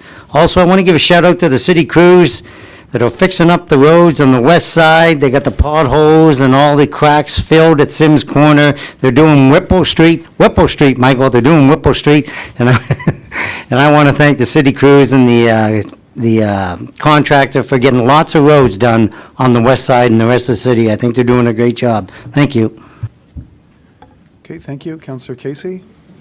Thank you, Your Worship. Another little great event coming up, Impossible Realities, little gaming convention at the Interaction School of Performing Arts, 228 Germain Street in St. John, on September 6th to the 8th. It is $20 for the whole weekend, or $10 for a single day. And they have all kinds of tabletop gaming, RPGs, cosplay, prizes, vendors. So go check it out. It's going to be, there's supposed to be a lot of big events with a lot of people involved. Like RPGs, there's supposed to be quite a bit with that, so it should be a good time. Check it out. Okay, thank you, Councillor. Deputy Mayor. Just have a couple things. Marathon by the Sea had a wonderful 25th anniversary and hundreds of participants a couple weekends ago. You were at the water stop, Your Worship, and many others. And I want to say thank you. Those events just don't happen. And Patrick Grannon, who's been the chair of that event for a long time, many, many years, and all his committee. I mean, they put a lot of time and effort into it. I mean, we often go to events, and we just go, and everything's set up for us. But all the work that goes behind that, they just do a wonderful job. And there's many people in the city for all of the events that have been happening uptown and during the past few months. And everyone has said, that I've run into anyway, has said how wonderful the city looks and how great everything is, especially on a sunny day, and we've had lots of sunny days. So to our park staff that keep the gardens and the streets going and all that, I mean, they've done a great job this summer. And the other thing I just want to say, I know everybody's talking about streets, but many of the citizens are talking about our streets that have been rebuilt or redone, whatever you call it, with the sidewalks and the curbs, and it's been a positive experience right over the city, every part of the city. Regardless of what area it is, our contractor, who is Galbraith Construction, it's the first time that they've been doing the streets. They got the contract this year, and certainly there's been no complaints on their work, and they've been very courteous in all times to the citizens, and that means a lot. Because when we're doing a street, everybody's disrupted and they have to travel different ways maybe to get out of their roadway. So I just want to say thank you to them publicly. I don't know if they ever listen to council, but maybe they do. So, I mean, there's a lot of good things happening this year in our city. For sure. Thank you, Deputy. Councillor Hickey. Thank you, Your Worship. Just a couple quick things to go over. Obviously, Pride Parade, Marathon by the Sea. Shout out to the Deputy Mayor and yourself for working the water station with me and as a team. It was a lot of fun. Third shift this past weekend.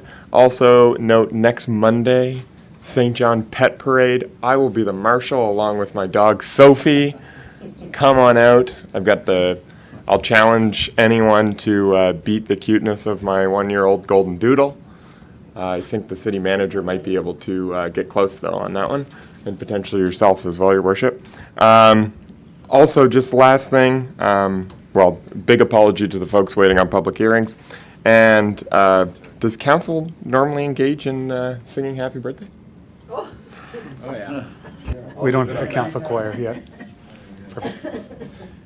Okay, no, okay, perfect, thank you. Just a couple for me, just want to pick up as well on the Pride Parade. I mean, it is really just unbelievable to see the outpouring within the community, which is really a commitment to inclusivity and acceptance. And you know, the parade is. We were at the bottom of the street, and I took a walk all the way back up, and folks were still coming around the corner by the Golden Ball building, the previous Irving Oil headquarters, and the streets were lined 10 deep, and from the top of the street all the way to the bottom. And I just makes you very proud as a citizen to see the community come out, and the number of sort of corporate groups and others coming out as well to the parade. So thank you for that.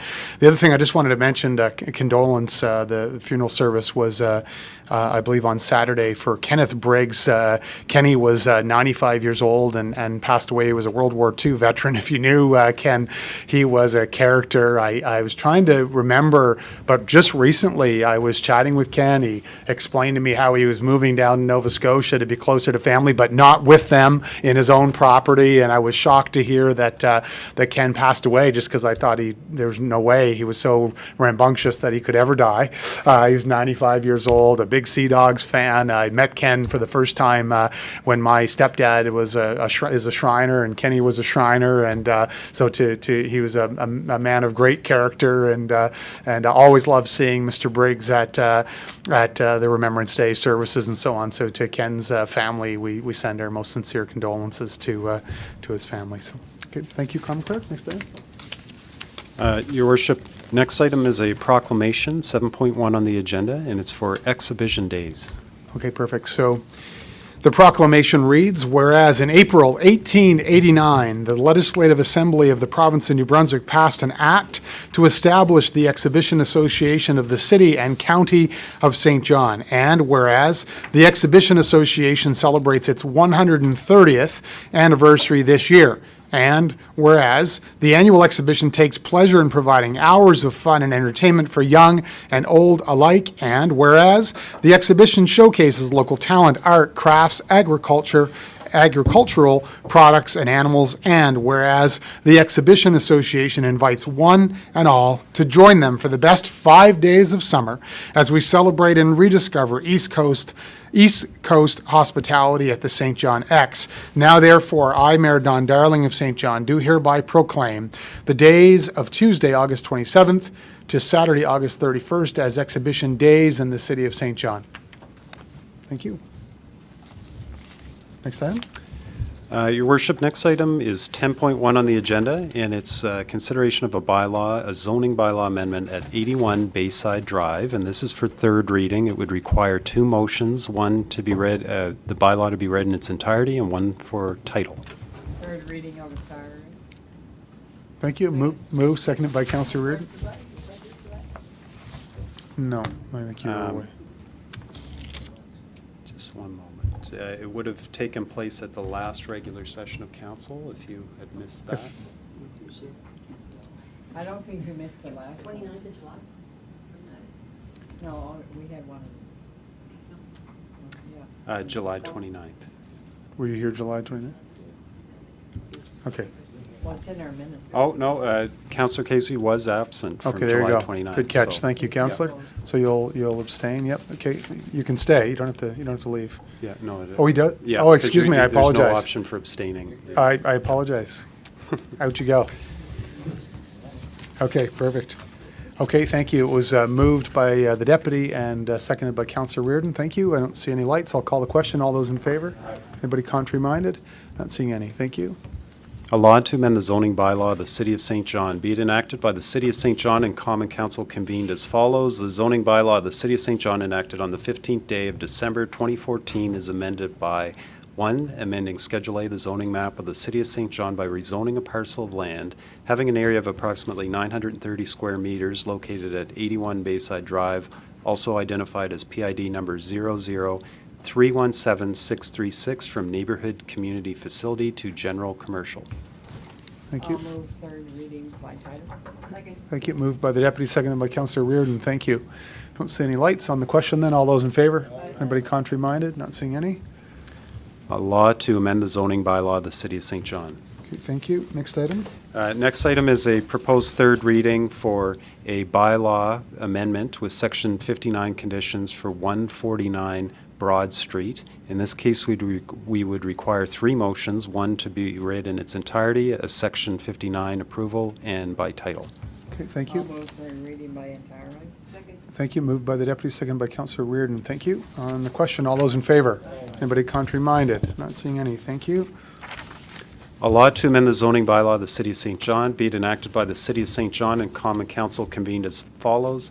The zoning bylaw of the City of St. John enacted on the 15th day of December 2014 is amended by one, amending Schedule A, the zoning map of the City of St. John by rezoning a parcel of land having an area of approximately 1,483 square meters located at 149 Broad Street, also identified as PID number 0000604, from neighborhood community facility to urban center residential pursuant to a resolution adopted by Common Council under Section 59 of the Community Planning Act. Okay, thank you. I'll move section 59 conditions. Thank you. Moved by the deputy, seconded by Councillor Reardon and Councillor Armstrong. Question, comment? Yes, no, I have a question. Yeah. I don't know if it's too late, but can you, I think Councillor Reardon brought this up last time. Can we implement a time frame when they have to fix this up, this building? We asked last time and they said no. Okay, so we've got, we're coming to the podium Okay. here, so. Acting remember what Commissioner, the is it answer okay to was. go? Would you like to? Just, okay. Yep, go ahead, yep. Go ahead, Phil. Yep, please, I'll present Ken Melanson, our Community Planning Manager, to respond to the question. Okay, thank you. 1 second, sorry, Mr. Melanson, there you go. Thank you, Your Worship. I'm actually going to hopefully have Miss. Oh my goodness, it's been a Rachel Van long Wert. day. Or There you Ms. go. Van Wert, Ms. Van come Wert. up and help. We've had some recent communication with the applicant that I believe she can provide to council. Okay, thank you. I'm so sorry. Good evening. Through Your Worship to the councillor.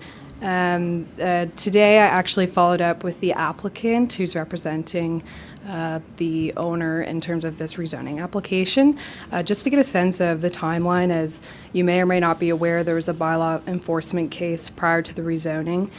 So obviously we want the rezoning to move forward, and we are waiting for the decision to be made on that. But we will be following the case very closely in terms of our enforcement with the property. We don't have, in terms of like a specific timeline associated with that, but we will be working with them to have the building renovated with an aggressive timeline. So Okay, so if they don't do anything in a year, can we go back to tearing it down? I believe so, yes. Okay, thank you. Okay, thank you. And just to pick up, Councillor, perhaps this is an item that we could add to an upcoming growth committee meeting, which would give us some opportunity to talk about some of the concerns. I have a number of others to add to those timelines as well around, legitimizing isn't the right word. It's just, what are those criteria in which that we can be involved with an applicant to ensure that a project is going to in fact move forward, and what are those backstops and so on. Yep. Okay, thank you very much. Thank you, Councillor. And sorry, I think we had the Section 59s are on the floor. Okay, thank you. Yes. Yep, okay, I'll call the question on the Section 59s. All those in favor? Anybody contrary-minded? Not seeing any. Thank you. Move third reading by title. Thank you. Moved by the deputy, seconded by Councillor Merrithew. Thank you. No lights on the question. All those in favor? Anybody contrary-minded? Not seeing any. Okay, thank you. A law to amend the zoning bylaw of the City of St. John. Thank you. Next item. 10.3 on the agenda, Your Worship, is a public presentation for a municipal plan amendment regarding 348 Acmac Backland Road, and the Deputy Commissioner of Planning will read this into the record.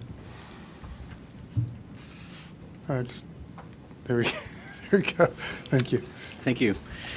This is the public presentation for a municipal plan amendment that will redesignate areas of the property totaling approximately 6 hectares at 348 Accomack Backland Road, PID number 00289595, from park and natural areas to rural resource. This presentation commences a 30-day public comment period during which the public can make written submissions on the proposal.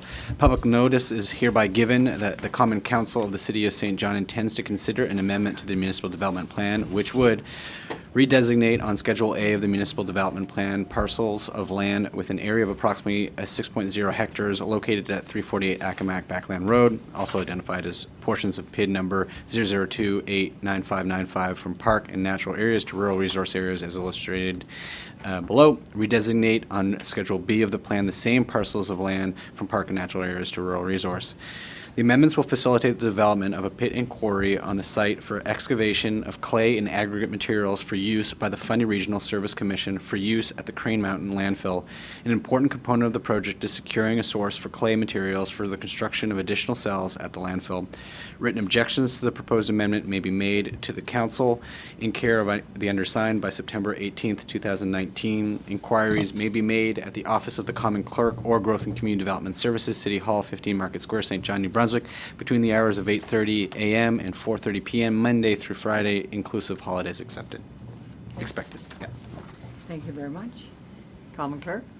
There's no vote on that. Councillor Armstrong, do you have a question on I it? have a question for Mark On this item that, on the Accomack Backland. oh, okay. There you go. Can I ask, Mark, how far will those notices go out?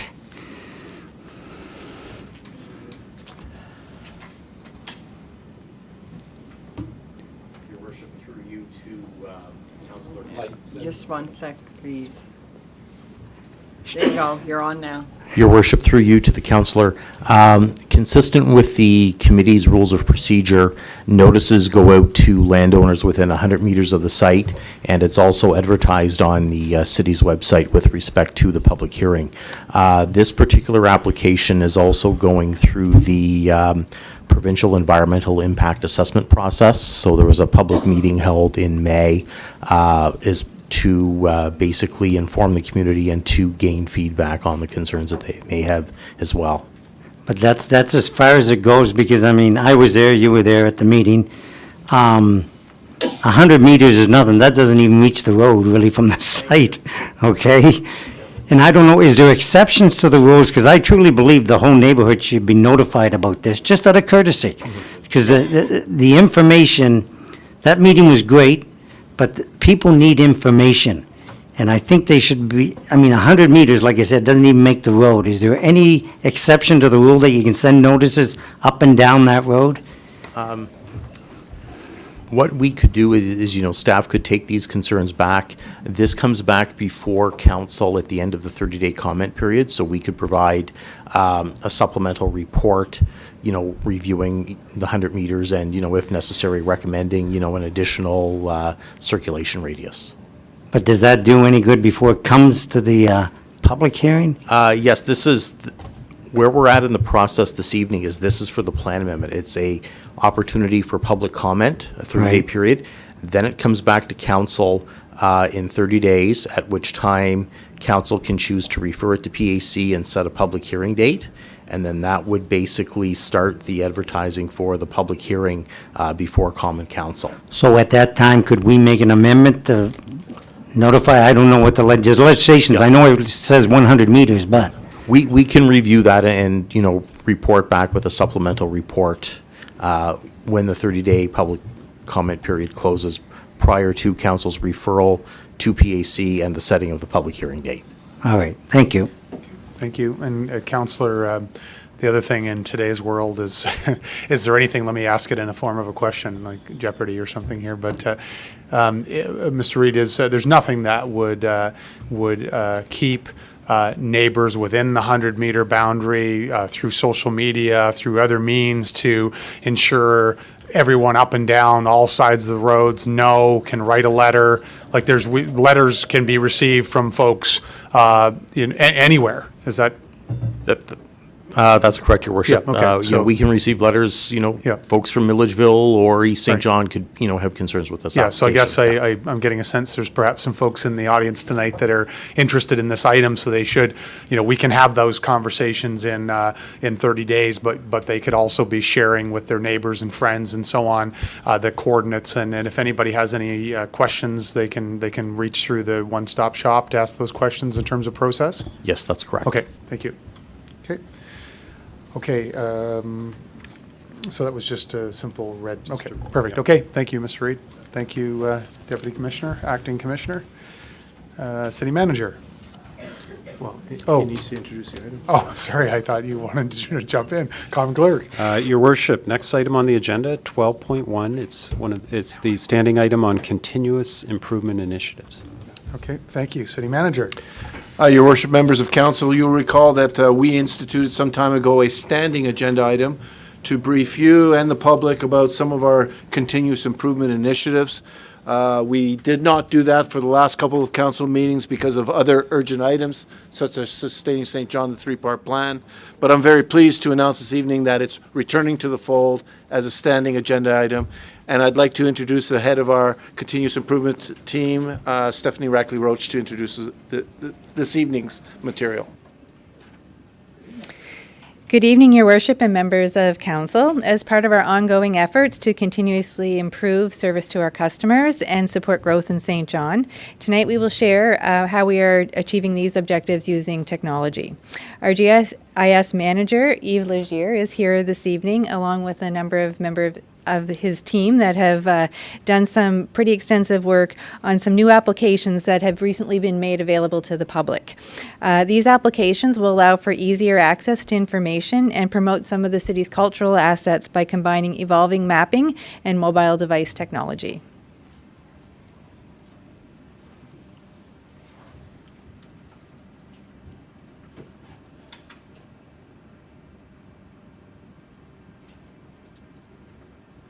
Good evening, Your Worship, members of council. Thank you for the opportunity to present tonight. Just a little background. Late in 2017, the Geographic Information Systems team took the initiative to develop a new open data portal, which would provide more user-friendly and mobile-compatible access to open data and mapping apps. The corporate performance dashboard was later added in 2018. The performance dashboard showcases progress related to achieving Common Council priorities. Key performance indicators are tracked for each priority, and details on each KPI is available to the citizens.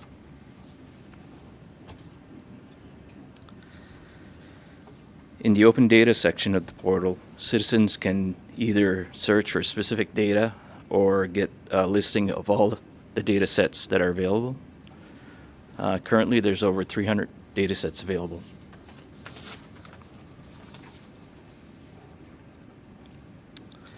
The data sets are also organized in various categories to make it easier for citizens to find the information they're looking for.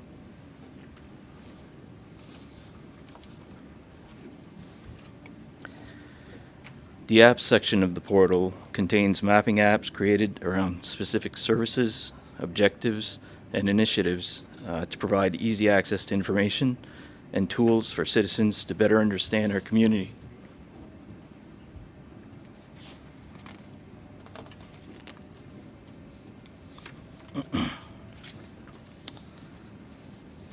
So far, with over 66,000 combined views, the apps are proving themselves to be useful tools for citizens. Some of the most popular apps relate to flooding, parking, snow plowing, transit, and zoning.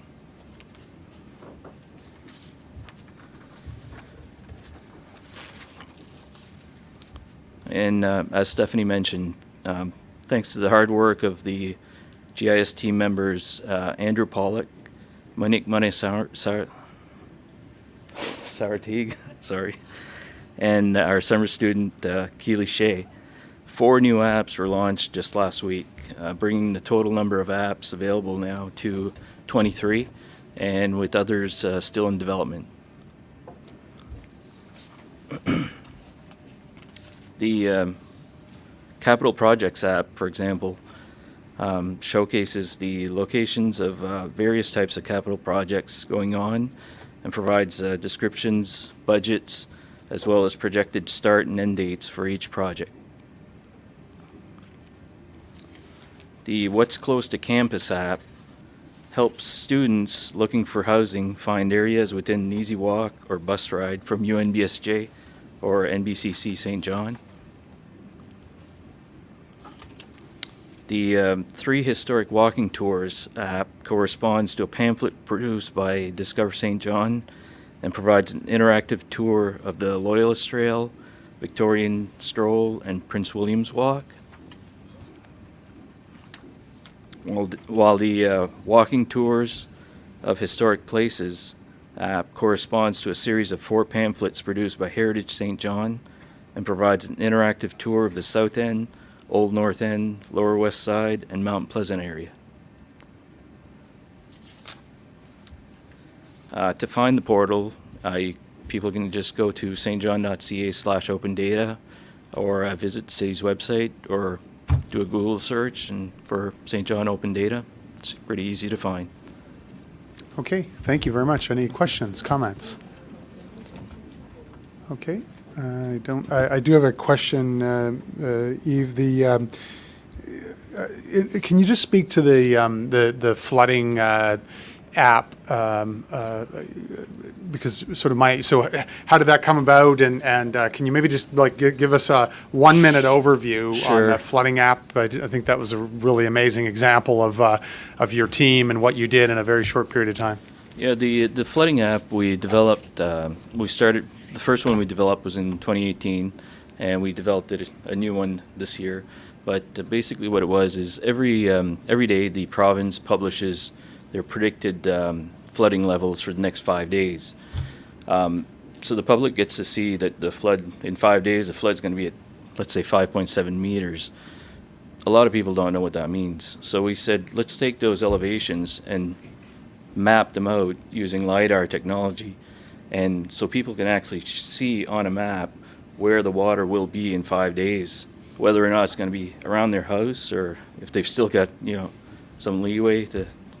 So that's basically the crux of that app, but and also showing the areas that were under voluntary evacuation and the rail pickup locations and road closures. Yeah. So it makes it sound so easy. It was an incredibly intuitive map. It visually, you could click on a bunch of boxes and it would essentially say, yes, you're going to be flooded or your road's going to be covered off. And then it's another amazing example of regional cooperation. We had that include all of the region, so that was shared. And I just, as a little side note, when the Governor General was in Grand Bay visiting, what they were looking at on the screen at the EMO Center was the app, the flood app that Eve and his team put together. So it just is. There are many tangible examples of A, technology, but B, of how the city of St. John continues to support the greater good of the region. So thank you very much. A couple of questions, perhaps, Councillor Reardon. I don't have a question. I just wanted to say thank you so much. The apps, well, the flooding one was fantastic because we have a cottage up in Grand Bay, and my whole family in Nova Scotia was watching that map daily, tuning in to see whether we'd been flooded or not.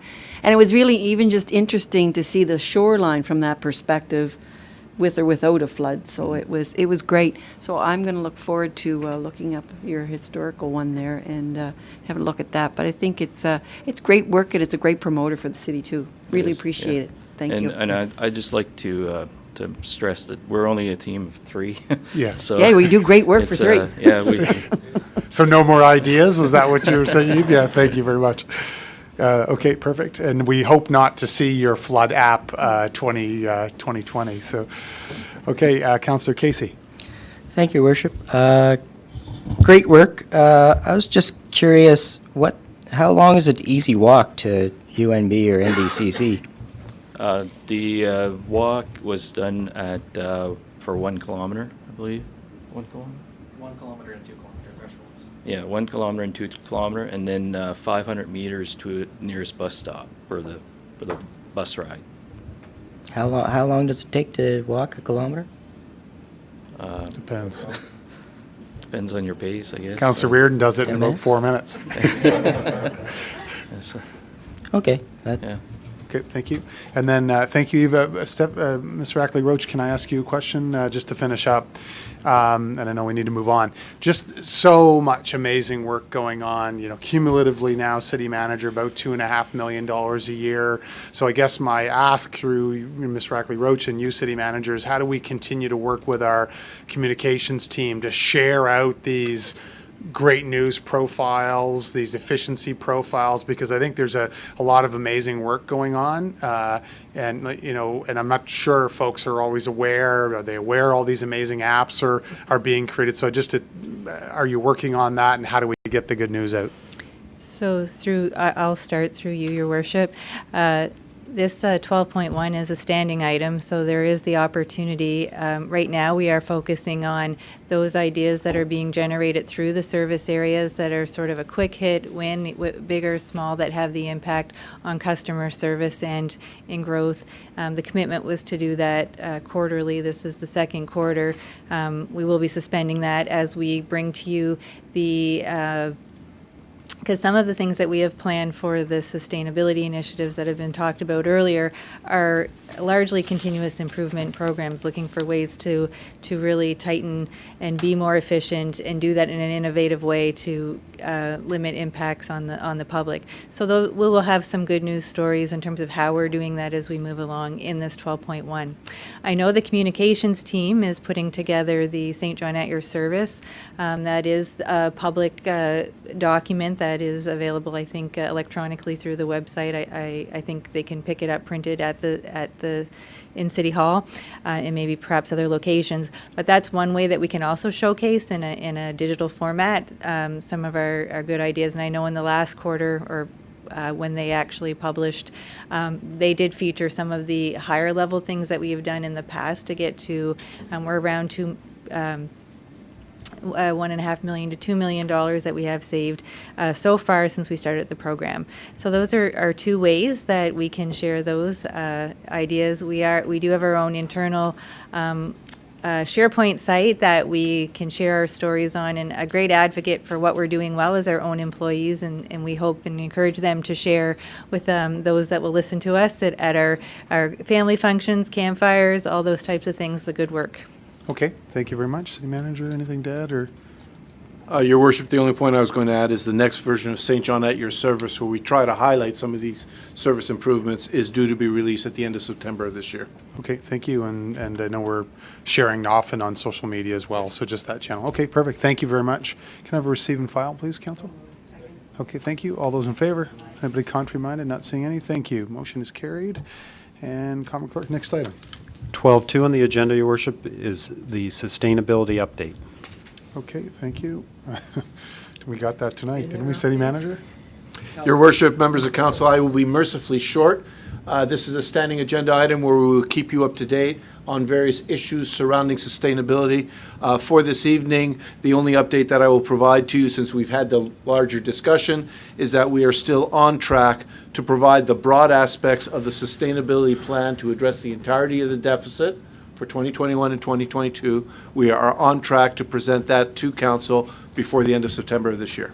Okay, thank you. Receive and file, please. Okay, great, thank you. All those in favor? Anybody contrary-minded? Not seeing any. Next item.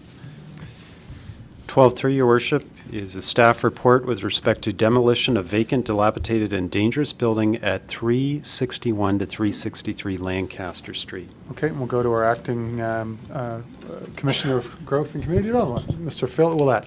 Thank you. Through you, Your Worship, I'm here to present our manager of customer service and operations with our team, somebody you are very well aware of, Rachel Van Wart. Catherine Lowe did support this, but she was unable to come tonight, so she is representing Catherine tonight on this file. Okay, good evening. Good evening, Your Worship and councillors. Staff recommendation for the building located at 361 to 363 Lancaster Street this evening is demolition. The multi-story, 5-unit apartment building located on the city's west side is a hazard to the safety of the public by reason of being vacant, by reason of dilapidation, and by reason of soundness of structural strength. The building is considered to be abandoned. The following photographs of the building's conditions can be found on pages 222 to 231 of the council packet. Thank you. Okay, thank you.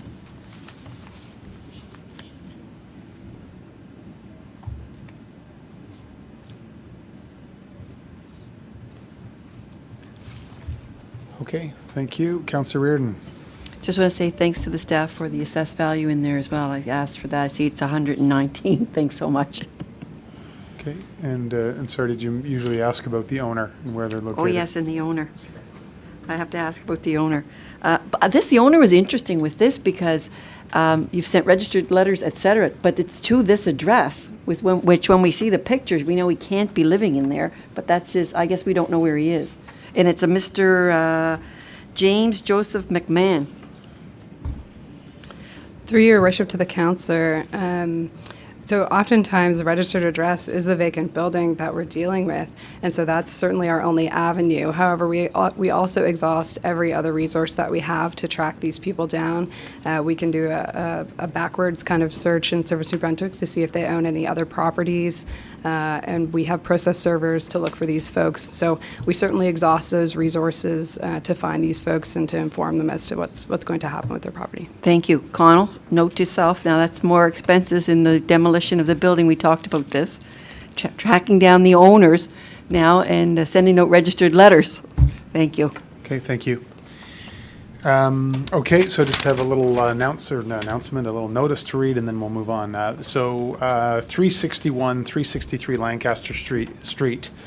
The information which has been provided in the council kit includes the report of the building inspector stating that the building located at 361 to 363 Lancaster Street, PID 00367904, is a hazard to the safety of the public by virtue of its being, amongst other things, dilapidated or structurally unsound. Is there present an owner, including anyone holding any encumbrance upon this property, who wishes to present evidence to the contrary, i.e. that the building is structurally sound and not dilapidated?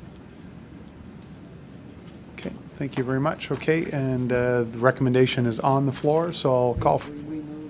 Yeah, I think it's on the floor. I'll call the question. All those in favor? Anybody contrary-minded? Not seeing any. Okay, motion is carried. Thank you again, Ms. Van Ward, and to the entire team. We are making tremendous progress. I'm getting like Councillor Armstrong now on his fair taxation commentary. My commentary is it is an indicator. We are making progress, but we have a lot of dilapidated, abandoned buildings. We have old housing stock, so we are making great progress, and we're starting to see some infill and some reinvestment. So, but it is one of those indicators. So, thank you very much. Okay, next item, Tom Clerk. Your Worship, 12.4 on your agenda is a staff update with respect to St. John Economic Development Alignment Exercise. Okay, thank you. I'm going to turn it right over to the Acting Commissioner, Mr. Phil Willett. Welcome. Thank you, and through you, Your Worship, this council set growth and prosperity as a central priority in council priorities, and since that time, this council has brought renewed energy, intentionality, and rigor to the city's investment and growth. Today, we're here to share just a quick update on the existing economic development alignment exercise, and I'm not going to go through every slide exhaustively as you have likely read through all of it. The context of this exercise is one that there's a whole bunch of reasons why this alignment exercise has taken place, one of them being that there have been 10 reviews over 10 years. There's been great momentum with the roadmap for smart growth, and all this has created an environment for this opportunity to further our growth potential and opens the door for a progressive new approach to economic development and the investment into economic development. An advisory council was struck in March 2019, which is an advisory council to the city manager to support the review of economic development with the objective of providing recommendations to council in Q3 of this year, and we remain on track to do that. want to clarify that economic development framework is a broader, it's not just a structural review or analysis, it's much broader than that. I want to make sure everybody is aware of that. We did assemble what I believe is a very impressive group of advisory council members, so the composition is up there. We've also included the list of additional perspectives that have been brought in to support the work of the advisory council. We've shared with council as well a work plan that details the 4 meetings that are projected for the advisory council, and we're past meeting 3, going towards meeting 4. We prepared the advisory council as much as we possibly could in terms of a context and what's occurring in other municipalities, as well as the support of experts and research and analysis, and evidently the context of the City of St. John's financial and economic situation. We asked questions early on to everybody involved, and it is worth mentioning that we did receive some congruency on some of the challenges that we face as a community as it relates to economic development. And one is the lack of synergy between the agencies and the city. Another is this overwhelming priority towards recruitment and retention of talent, and our ability or inability to market ourselves successfully, which we've certainly heard before. The entire ecosystem of economic development would benefit from greater trust amongst all those involved, greater ability to demonstrate value for money for the amount of investment that's occurred in it. In terms of its strength, certainly a lot of feedback on the quality of the employees, as well as the leverage support from volunteers. We are moving along in terms of the development of the alignment exercise and what scenarios might look like, and we've developed a future state vision, a singular economic development entity with greater impact and alignment that propels growth for the St. John region. And this next slide just breaks down basically the criteria that we're using to evaluate the different scenarios that we're investigating. And these should all sound very familiar to you, as these are things that council has shared with city staff in terms of make sure that this is quantitative in our investments into growth. So we're just furthering that perspective with the work of this advisory council, as well as the recommendations that we hope to bring to you in the next quarter, or this quarter. We've also have a desired end state. Again, these are aspirational in nature, to achieve tax-based growth of 3% annually to make our Commissioner of Finance extremely happy, among others. And we also have criteria for success, and those are pockets of work that need to get done in order for us to succeed in achieving that desired end state.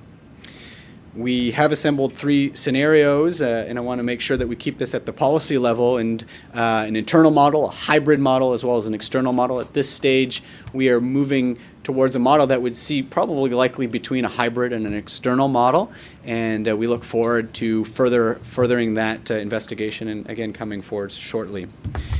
So this is probably the most important part of the presentation, and I did want to make sure that I spend a little bit more time on this than anywhere else. We don't know our recommendation yet, and again, this is a staff recommendation. Council has not voted on this, they've not endorsed anything, but I did want to share with you what I believe our recommendation might look like. And at this stage, we have some conclusions that I'd like to share with you. One is that a new aligned structure could be a brand new corporate structure, an expanded structure of an existing agency, or embedded in part or specifically in the city. One point of ownership over economic development, a chief economic development officer, is certainly one thing that is coming out as a theme. More intentionality in the integration of key cultural and economic development facilities, so I've listed them out there. The reliance of a 4 to 6 year all-encompassing strategic plan which provides work plans for all new aligned economic development structure, reliability of funding, clear roles, responsibilities, and most importantly, key performance indicators that we'll be tracking. Changes to the existing growth committee to build greater synergy and alignment, which would also include the representation at each one of the agency boards, so with some regard. In addition, this new structure or this new framework that we're working towards, we hope to minimize interruption as much as possible. This is a major theme. We don't want this to take a year and push us back in terms of the great progress that we're making with building momentum in our economy. The second point is that all contemplated oversight bodies within the 3 scenarios would incorporate representation from the broader region. However, regardless of formal representation on oversight bodies, the culture and spirit of all options should embrace the regional approach, which seeks to market and grow the entire region. Certainly feedback we've received from those in the Strategic Advisory Council, as well as the CEOs and EDs of the existing agencies. In terms of upcoming dates, we hope to have our last Advisory Council meeting in September. We will be hosting a large stakeholder summit. Everybody in this room will be invited to it in late September, early October. We do hope to provide a recommendation to Council for its consideration in October, which will also include a new bylaw for a mandatory accommodation levy. And Council would vote on this kind of final approach sometime in November. And the initiation, the beginning stages of the initiation of this new framework would be expected in January of 2020. And that is all. I'm open to any questions if you have any. Okay, thank you. Councillor Reardon. Phil, thank you very much for your presentation. It's very exciting. It looks like things are coming along nicely. I like the way it's going. One thing I would say, instead of a Chief Economic Development Officer, I'd like to see an economic development strategist. That's really what we need. You need somebody to be chasing the right things. Anyways, other than that, I think it's fantastic. I think it's really going in the right direction. Appreciate all the work in it. Thanks. Thank you. Okay, thank you, Councillor. Councillor Hickey. Certainly echo Councillor Reardon's point, but Phil, I think this is really exciting for the future of economic development. That's all I have. Thanks. Okay, thank you. Deputy Mayor. Well, since this has been made public tonight, do the employees or the contract personnel or whoever we have on all agencies, are they aware of all this? Are they included in it at all? Like, you know, from Develop St. John, Edge, Discover St. John, are they aware of the committee? And Through you, Your Worship, to the Deputy Mayor, certainly one of the things that we wanted to ensure through this process is that we wanted to be as transparent as possible. We've been meeting, essentially mirror meetings to the executive directors and the CEOs of the 3 agencies and some of their staff to make sure that they're aware as we progress through this. We've also asked to provide updates to board of directors of each one of the agencies as we progress through this, and we are exercising that, and we do understand that they've been updated throughout. So we're doing our best to do that. Certainly the Stakeholder Summit will be another area that there'll be an opportunity. And we also are confirming this remains an investigation at this stage. We're not making a final decision, nor is Council expected to make a final decision. We want to be we wanted to share this with you tonight, just like we're sharing everything with everybody as we progress, to make sure that we're getting closer to a recommendation. And once we get closer, we'll certainly be sharing that information with all those that would be involved. okay, I just wanted to make sure that everybody knew what was happening. Thank you. Okay. Yep, City Manager. Hold on, sorry, Deputy City Manager. Your Worship, through you to the Deputy Mayor, and for everybody, just a slight clarification to that.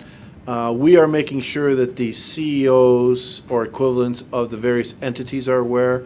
We are making sure that the board chairs are aware, and we've made offers to help brief or provide information to the boards of directors. We will not, and we don't hold it as our responsibility to communicate directly with the employees of those organizations. That will be done by the CEOs and the boards of those organizations. We won't get into their business. But certainly we have made the point to everybody that what we have discussed within the meetings is not privileged information. It can, in fact, be shared as appropriate, as necessary, I should say. Okay, thank you, City Manager. Councillor Armstrong.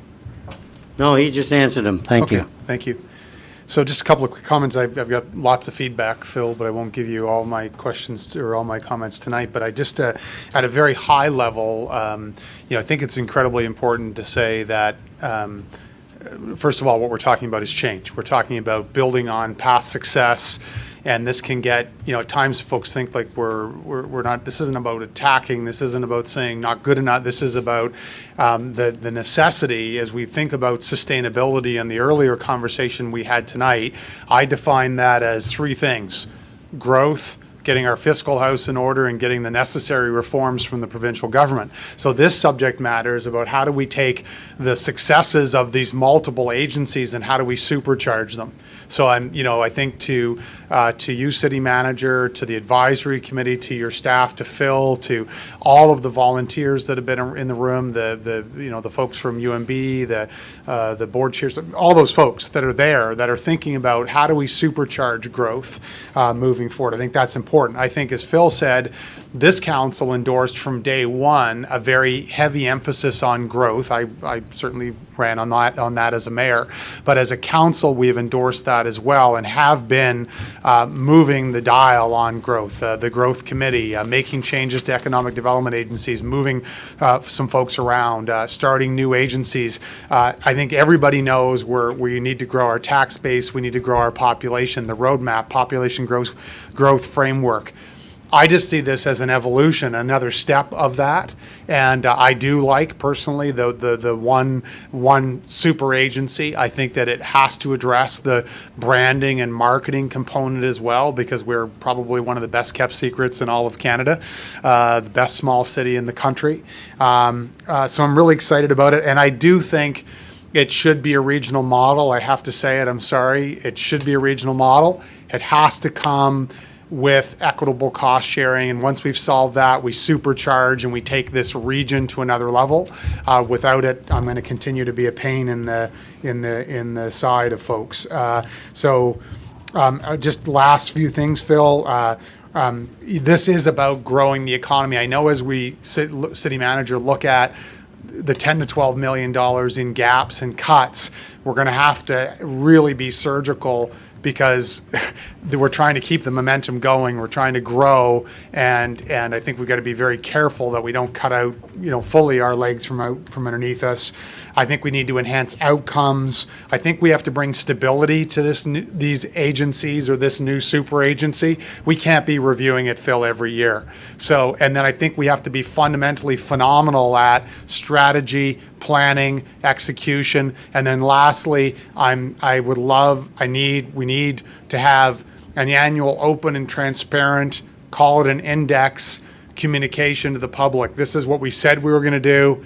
This is how this fits into our 5-year goals. This is how we're progressing. So I'll stop there for tonight, but I'm really excited about the work that you're doing and look forward to the fall.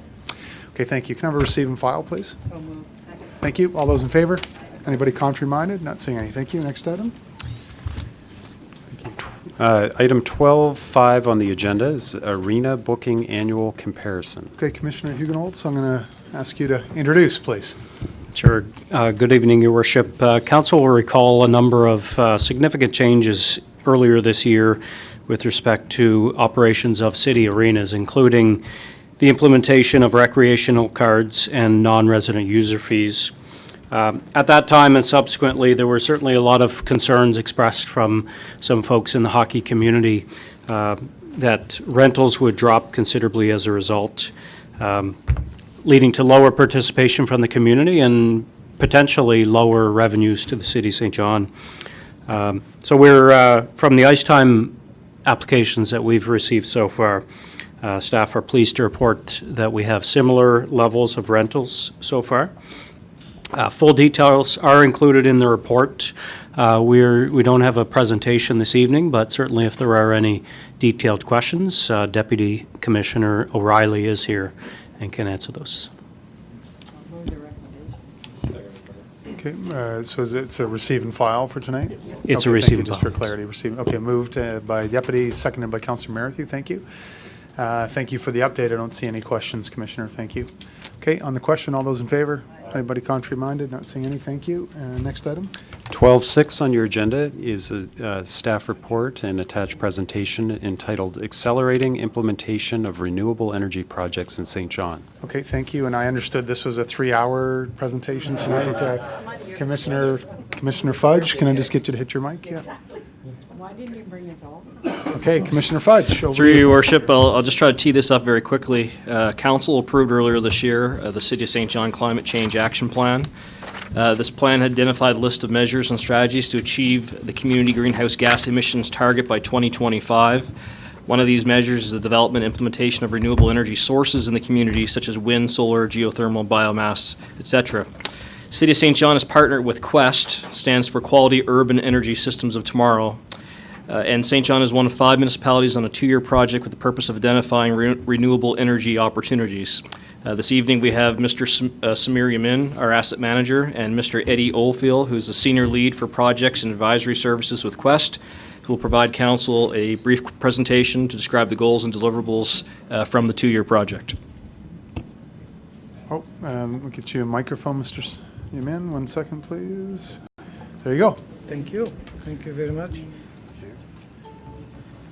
Okay, before I hand the presentation to Mr. Eddie Oldfield here, I'd just like to know here is the main objective of this presentation is always we want to keep the council update on the progress what we're doing on climate change action plans, especially on our community greenhouse action plan. What are the activities we're taking here to move forward with the project? Because we don't want the community greenhouse gas action plan to be sitting on the shelf. We need to move forward. We need to take action to meet our greenhouse gas taxes here, greenhouse gas emission. So the project name is, we call it Accelerating Implementation of Renewable Energy Energy Project here. The project aim is to identify what are the energy opportunity we have here in St. John, what are the economic, social, and economic benefit here, what are the challenges, what are the barrier here, and also to engage the public to encourage them on the energy renewal here, to create some kind of tool of resources here, increase municipal capacity and knowledge, etc. So therefore, the city, in order for us to inform the council, we did ask Quest here to provide us with a presentation and describe what are the goals and the activities and deliverable of this project here. So without going any further here, I would like to ask Mr. Eddie Oldfield to provide us the presentation. Thank you.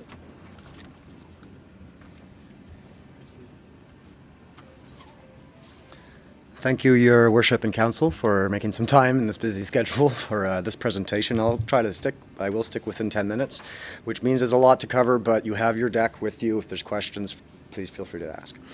So as Samir mentioned, this project is called Accelerating Implementation of Renewable Energy, and it is a 2-year project involving 5 cities, and it's funded by the Federation of Canadian Municipalities.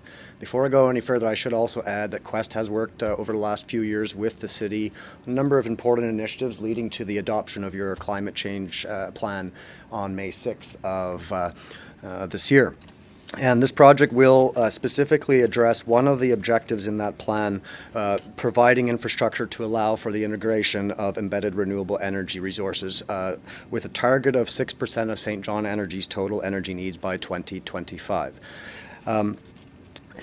This project is also a collaboration between Quest, researchers at the University of Guelph, the Community Energy Knowledge Action Partnership, which is led by the University of Guelph and involves a number of experts around the country, including here in New Brunswick.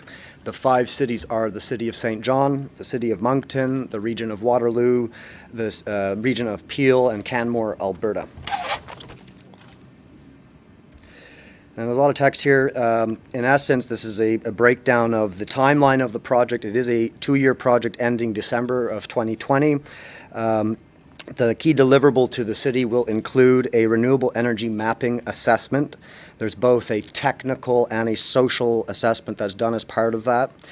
And this will help advance some of the initiatives that you've committed to in the action plan. We are planning some initial engagement, which I'll describe to you in a moment. This includes members of your staff and council and so forth, members of the community that are key stakeholder groups, as well as members of the public. Kinds of stakeholders we will be looking to invite and involve in this process include the municipality, energy utilities, key to this area, industry, local interest groups, the public, and where necessary, the province. What we need from council tonight is simply to update you and to engage your constituents, refer to us any stakeholders you feel we should be engaging in this process, identify locations where we can set up and engage members of the public and your stakeholder groups, and just to simply understand how this relates to meeting some of your targets that were adopted. The ways we are experiencing energy production are changing from conventional energy sources to more distributed energy resources that are available to us on the St. John energy grid. This is centralized energy is more out of sight and out of mind of most people, but once you start introducing distributed energy resources and renewables, it becomes something that people start noticing. And to manage this, we need to have a process that to understand what is technically feasible and what is socially acceptable in siting of projects. Renewable energy systems introduce landscape impacts and land use trade-offs that need to be identified and carefully managed. Think about solar panels covering what used to be farmland or prime land, or wind turbines altering a natural view and introducing a new risk to local bird and bat populations. And even then, agricultural fields growing crops that will be harvested for energy markets. Research has shown that local and participatory renewable energy planning processes reduce public tensions around renewable energy development by leading to more thoughtful and inclusive development decisions. I will first share an example of what the technical energy mapping assessment looks like. This is based on a best practice that has been well established, and I'll show you that example. And then I'll follow that up with the stakeholder engagement process. So think about energy using this triangle.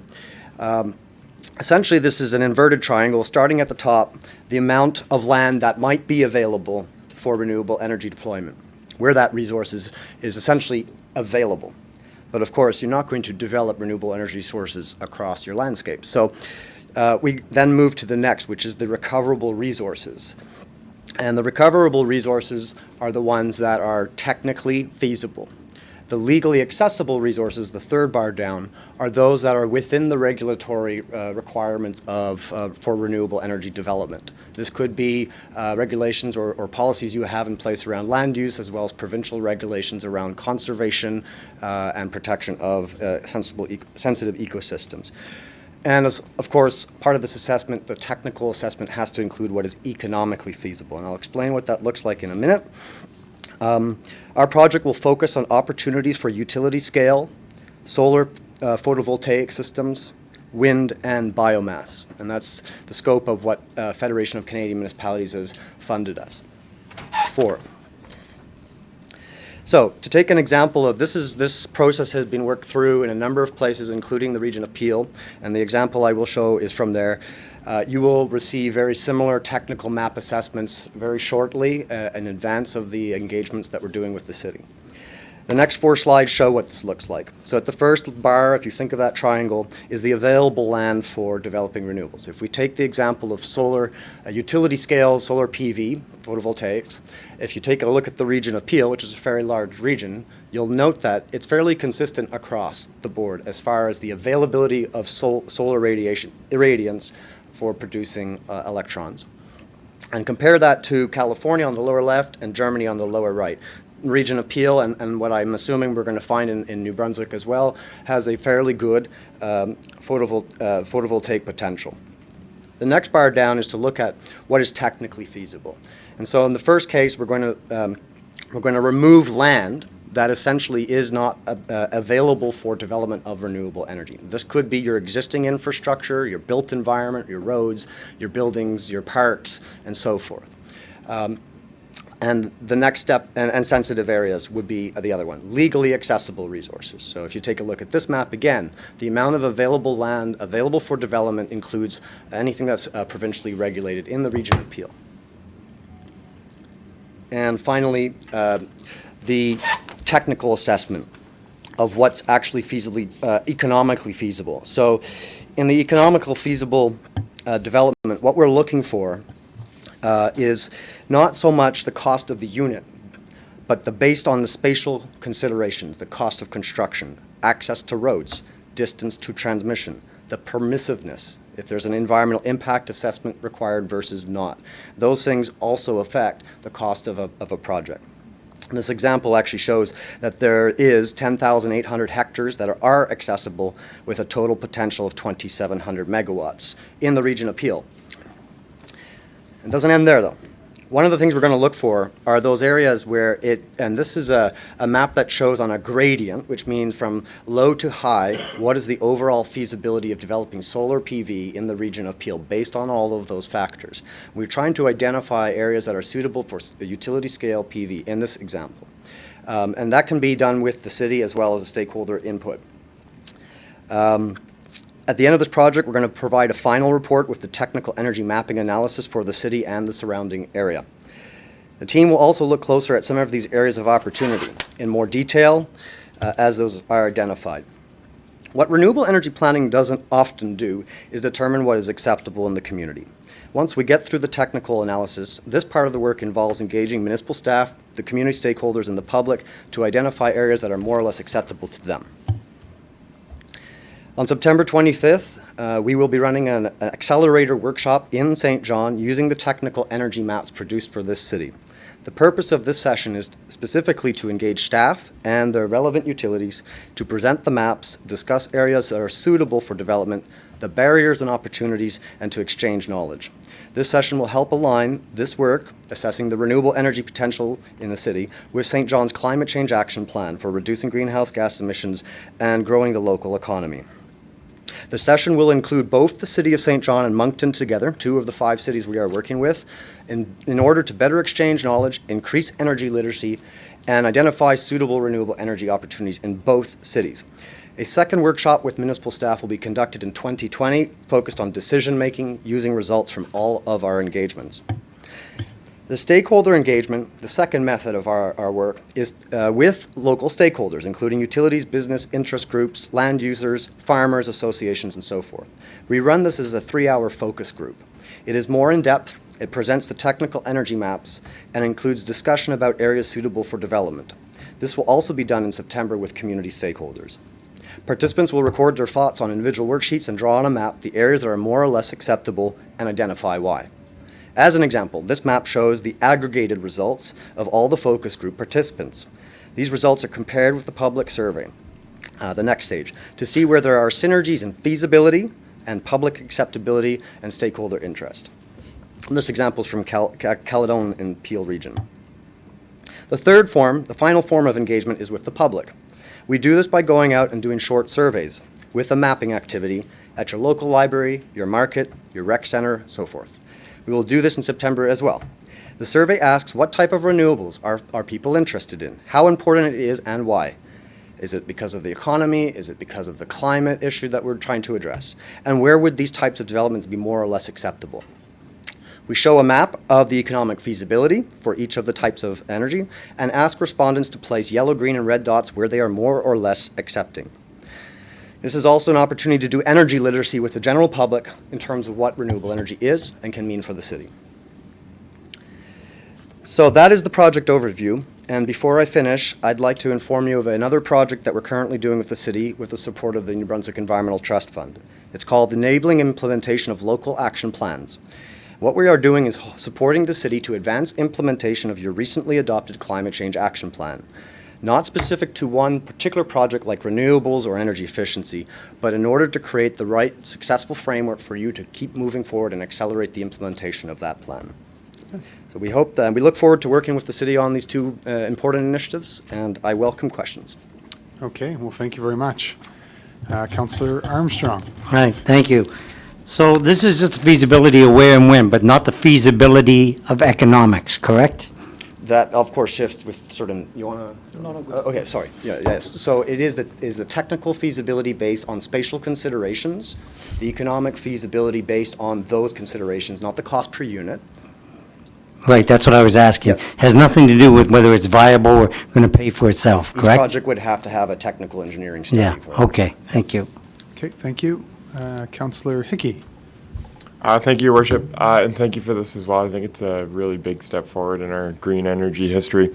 One question, and I don't know if it's related, you can steer me in the right direction if it's not.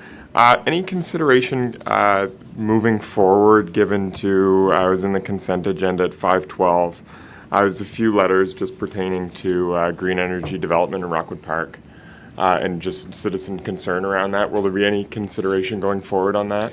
Yes, and I've read about this. I understand the issue. I think that, yes, we can say legitimately we're going to be taking out land parcels that meet the criteria of not being accessible to renewable energy development. Yeah, and definitely we're going to take this into consideration here. Excellent. No, this is actually went very good with what we're doing here. Actually. Perfect, perfect. Thank you very much. Okay, thank you. Yes, so thank you very much for the presentation. Okay, Deputy Mayor, sorry. Well, I just wanted to say thank you, and thank you to FTM for the funding, so that's great.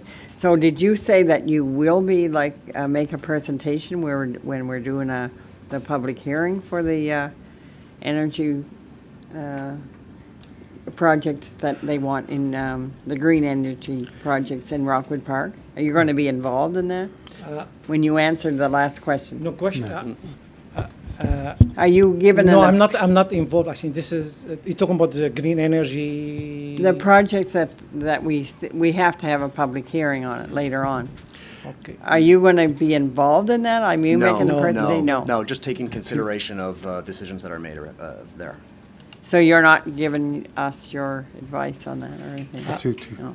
Two separate, perhaps Yeah. the commissioner, I don't know if you're up to speed, Phil. So my understanding, Deputy, is there's sort of two separate Two issues. separate issues. Yeah, Yeah, but I just wanted to know, I thought you're not making an opinion on it. No. No, Okay, but that's fine. sorry, go ahead. Okay. No, but we're gonna definitely will take this into consideration here. It is on the right track going forward on this green energy policy or act here. So I'm pretty sure planning will come back here with some recommendation. Okay, fine. Okay, thank you, Deputy. Thank you. Yeah, so thank you, just to wrap up, thank you very much for the presentation. It's, we appreciate your passion. The two of you combined are most passionate folks I've ever seen. And I think that there are, when you get to the public engagement component, I think on the other topic that was raised, there's some folks there that are very passionate. I can think of several people that we can put you in touch with to ensure when you're doing your public engagement, they are really anxious to chat with you. They're very passionate about green and sustainable energy in our future, and they will welcome, I'm sure, the opportunity to meet with you and chat and see how we can move forward in the community. So we'll, through Mr. Yamin, we'll get you all those names. He probably knows them all anyway, but we'll get you those names. So thank you very much for the presentation. Receive and file, please. Deputy, thank you. Councillor Reardon, seconded. Thank you. And all those in favor?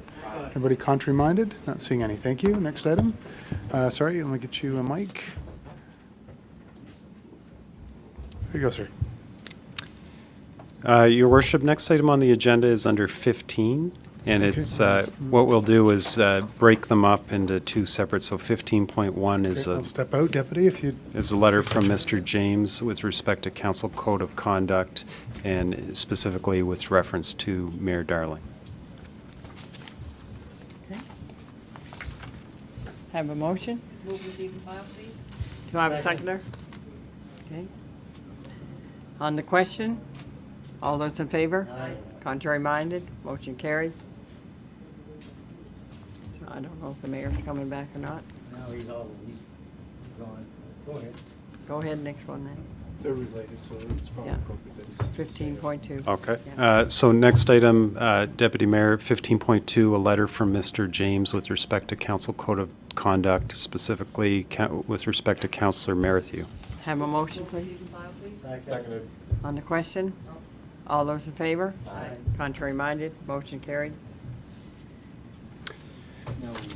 Is he back? No. No. Okay. Continue right on. Let's go ahead.